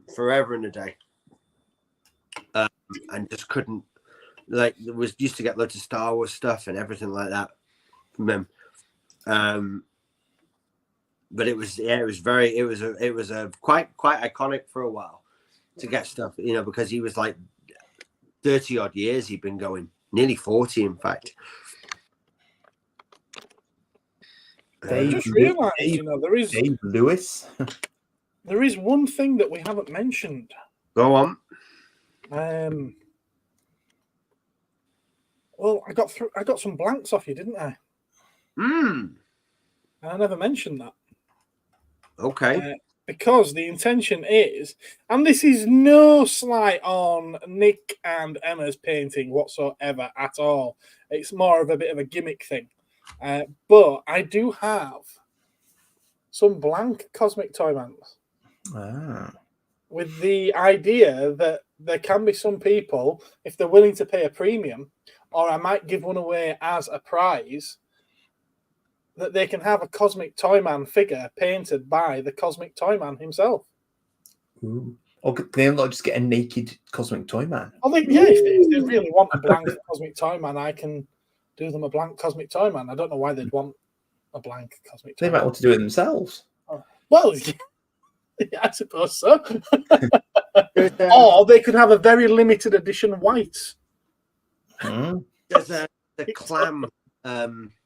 They come in a collector-friendly clamshell, which are sat here waiting to be delivered with the rest of it. So, yes. No. I'm looking forward to having a go with this. I think I might have to dig out the airbrush for this one. Ooh. For the base coats. Yeah. In fact, people could order their own colour. I'm not even getting involved in that. That's because you could get wild with that, and that's I really could. It could have different. I'm not going to say what I'm going to say. Then. No, don't open yourself up. Oh.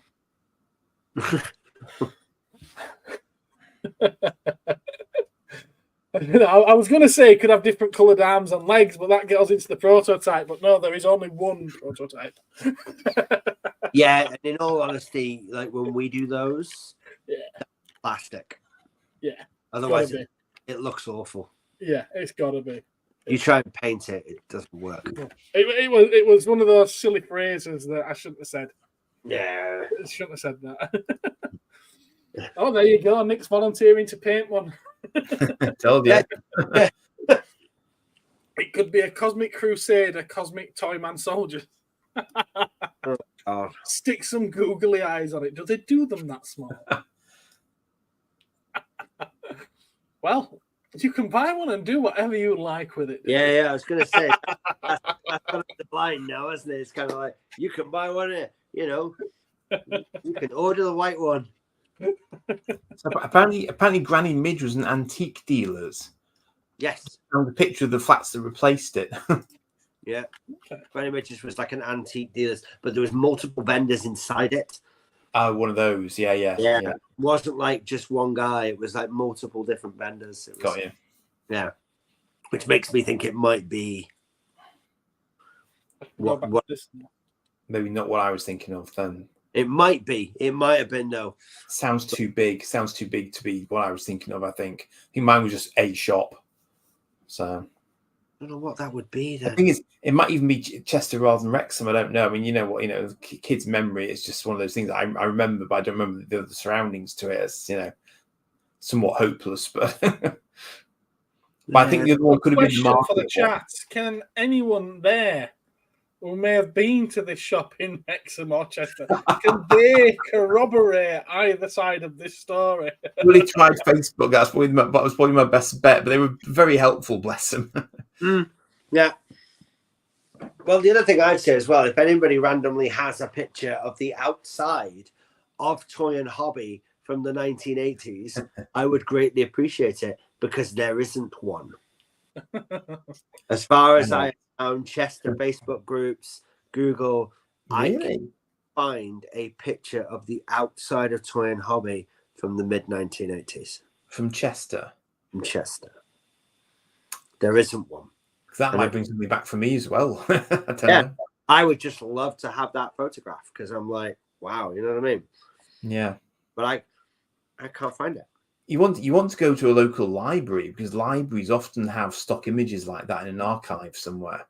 That's what you want to try. Time. I want to travel back in time. Yeah. Right, I might have to call it a night fairly shortly. Yeah, well, we've certainly done the rounds. We've gone well over our usual 2 hours, haven't we? Yeah, we certainly have. Well, I say we have. It's been long. And talk, general geek rubbish for 2.5 hours. I did ask Nick on Monday. I said, "Do you ever watch the Cosmic Council?" He said, "Oh yeah, I've watched it a few times." He said, "I never watch it all the way through though." He said, "Because it's far too long." Far too long. You go on for like 2 hours, don't you? Yeah, it's going on in general. Yeah. So, welcome to the council, Nick. Well, right. I think we're done, aren't we? Does anyone have anything that they're wanting to share with the audience that they've got coming up?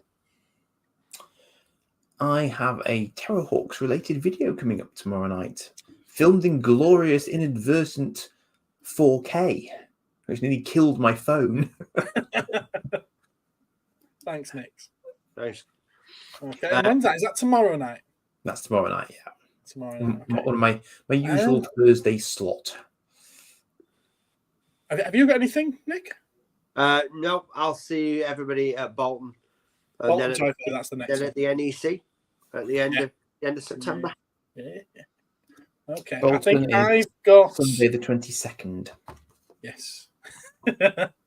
I've got the video that I put together of this week's Toy Fair, the York Toy Fair. I've got that going out on Friday night. It's already available for members and Patreons, but it goes out on Friday night to the rest of the world. And I might not be in the live chat there because of the birthday party I've got to attend. Okay. And Saturday or Sunday, I don't know. I've got this month's giveaway to do, and I haven't set a date yet for it. So, yeah, that's up and coming. So watch out for that. It might end up being the beginning of next month. So yeah, I think that's everything. All right. Cool. So all that's left to do now is to play that funky music, isn't there? So good night, everybody. Laters.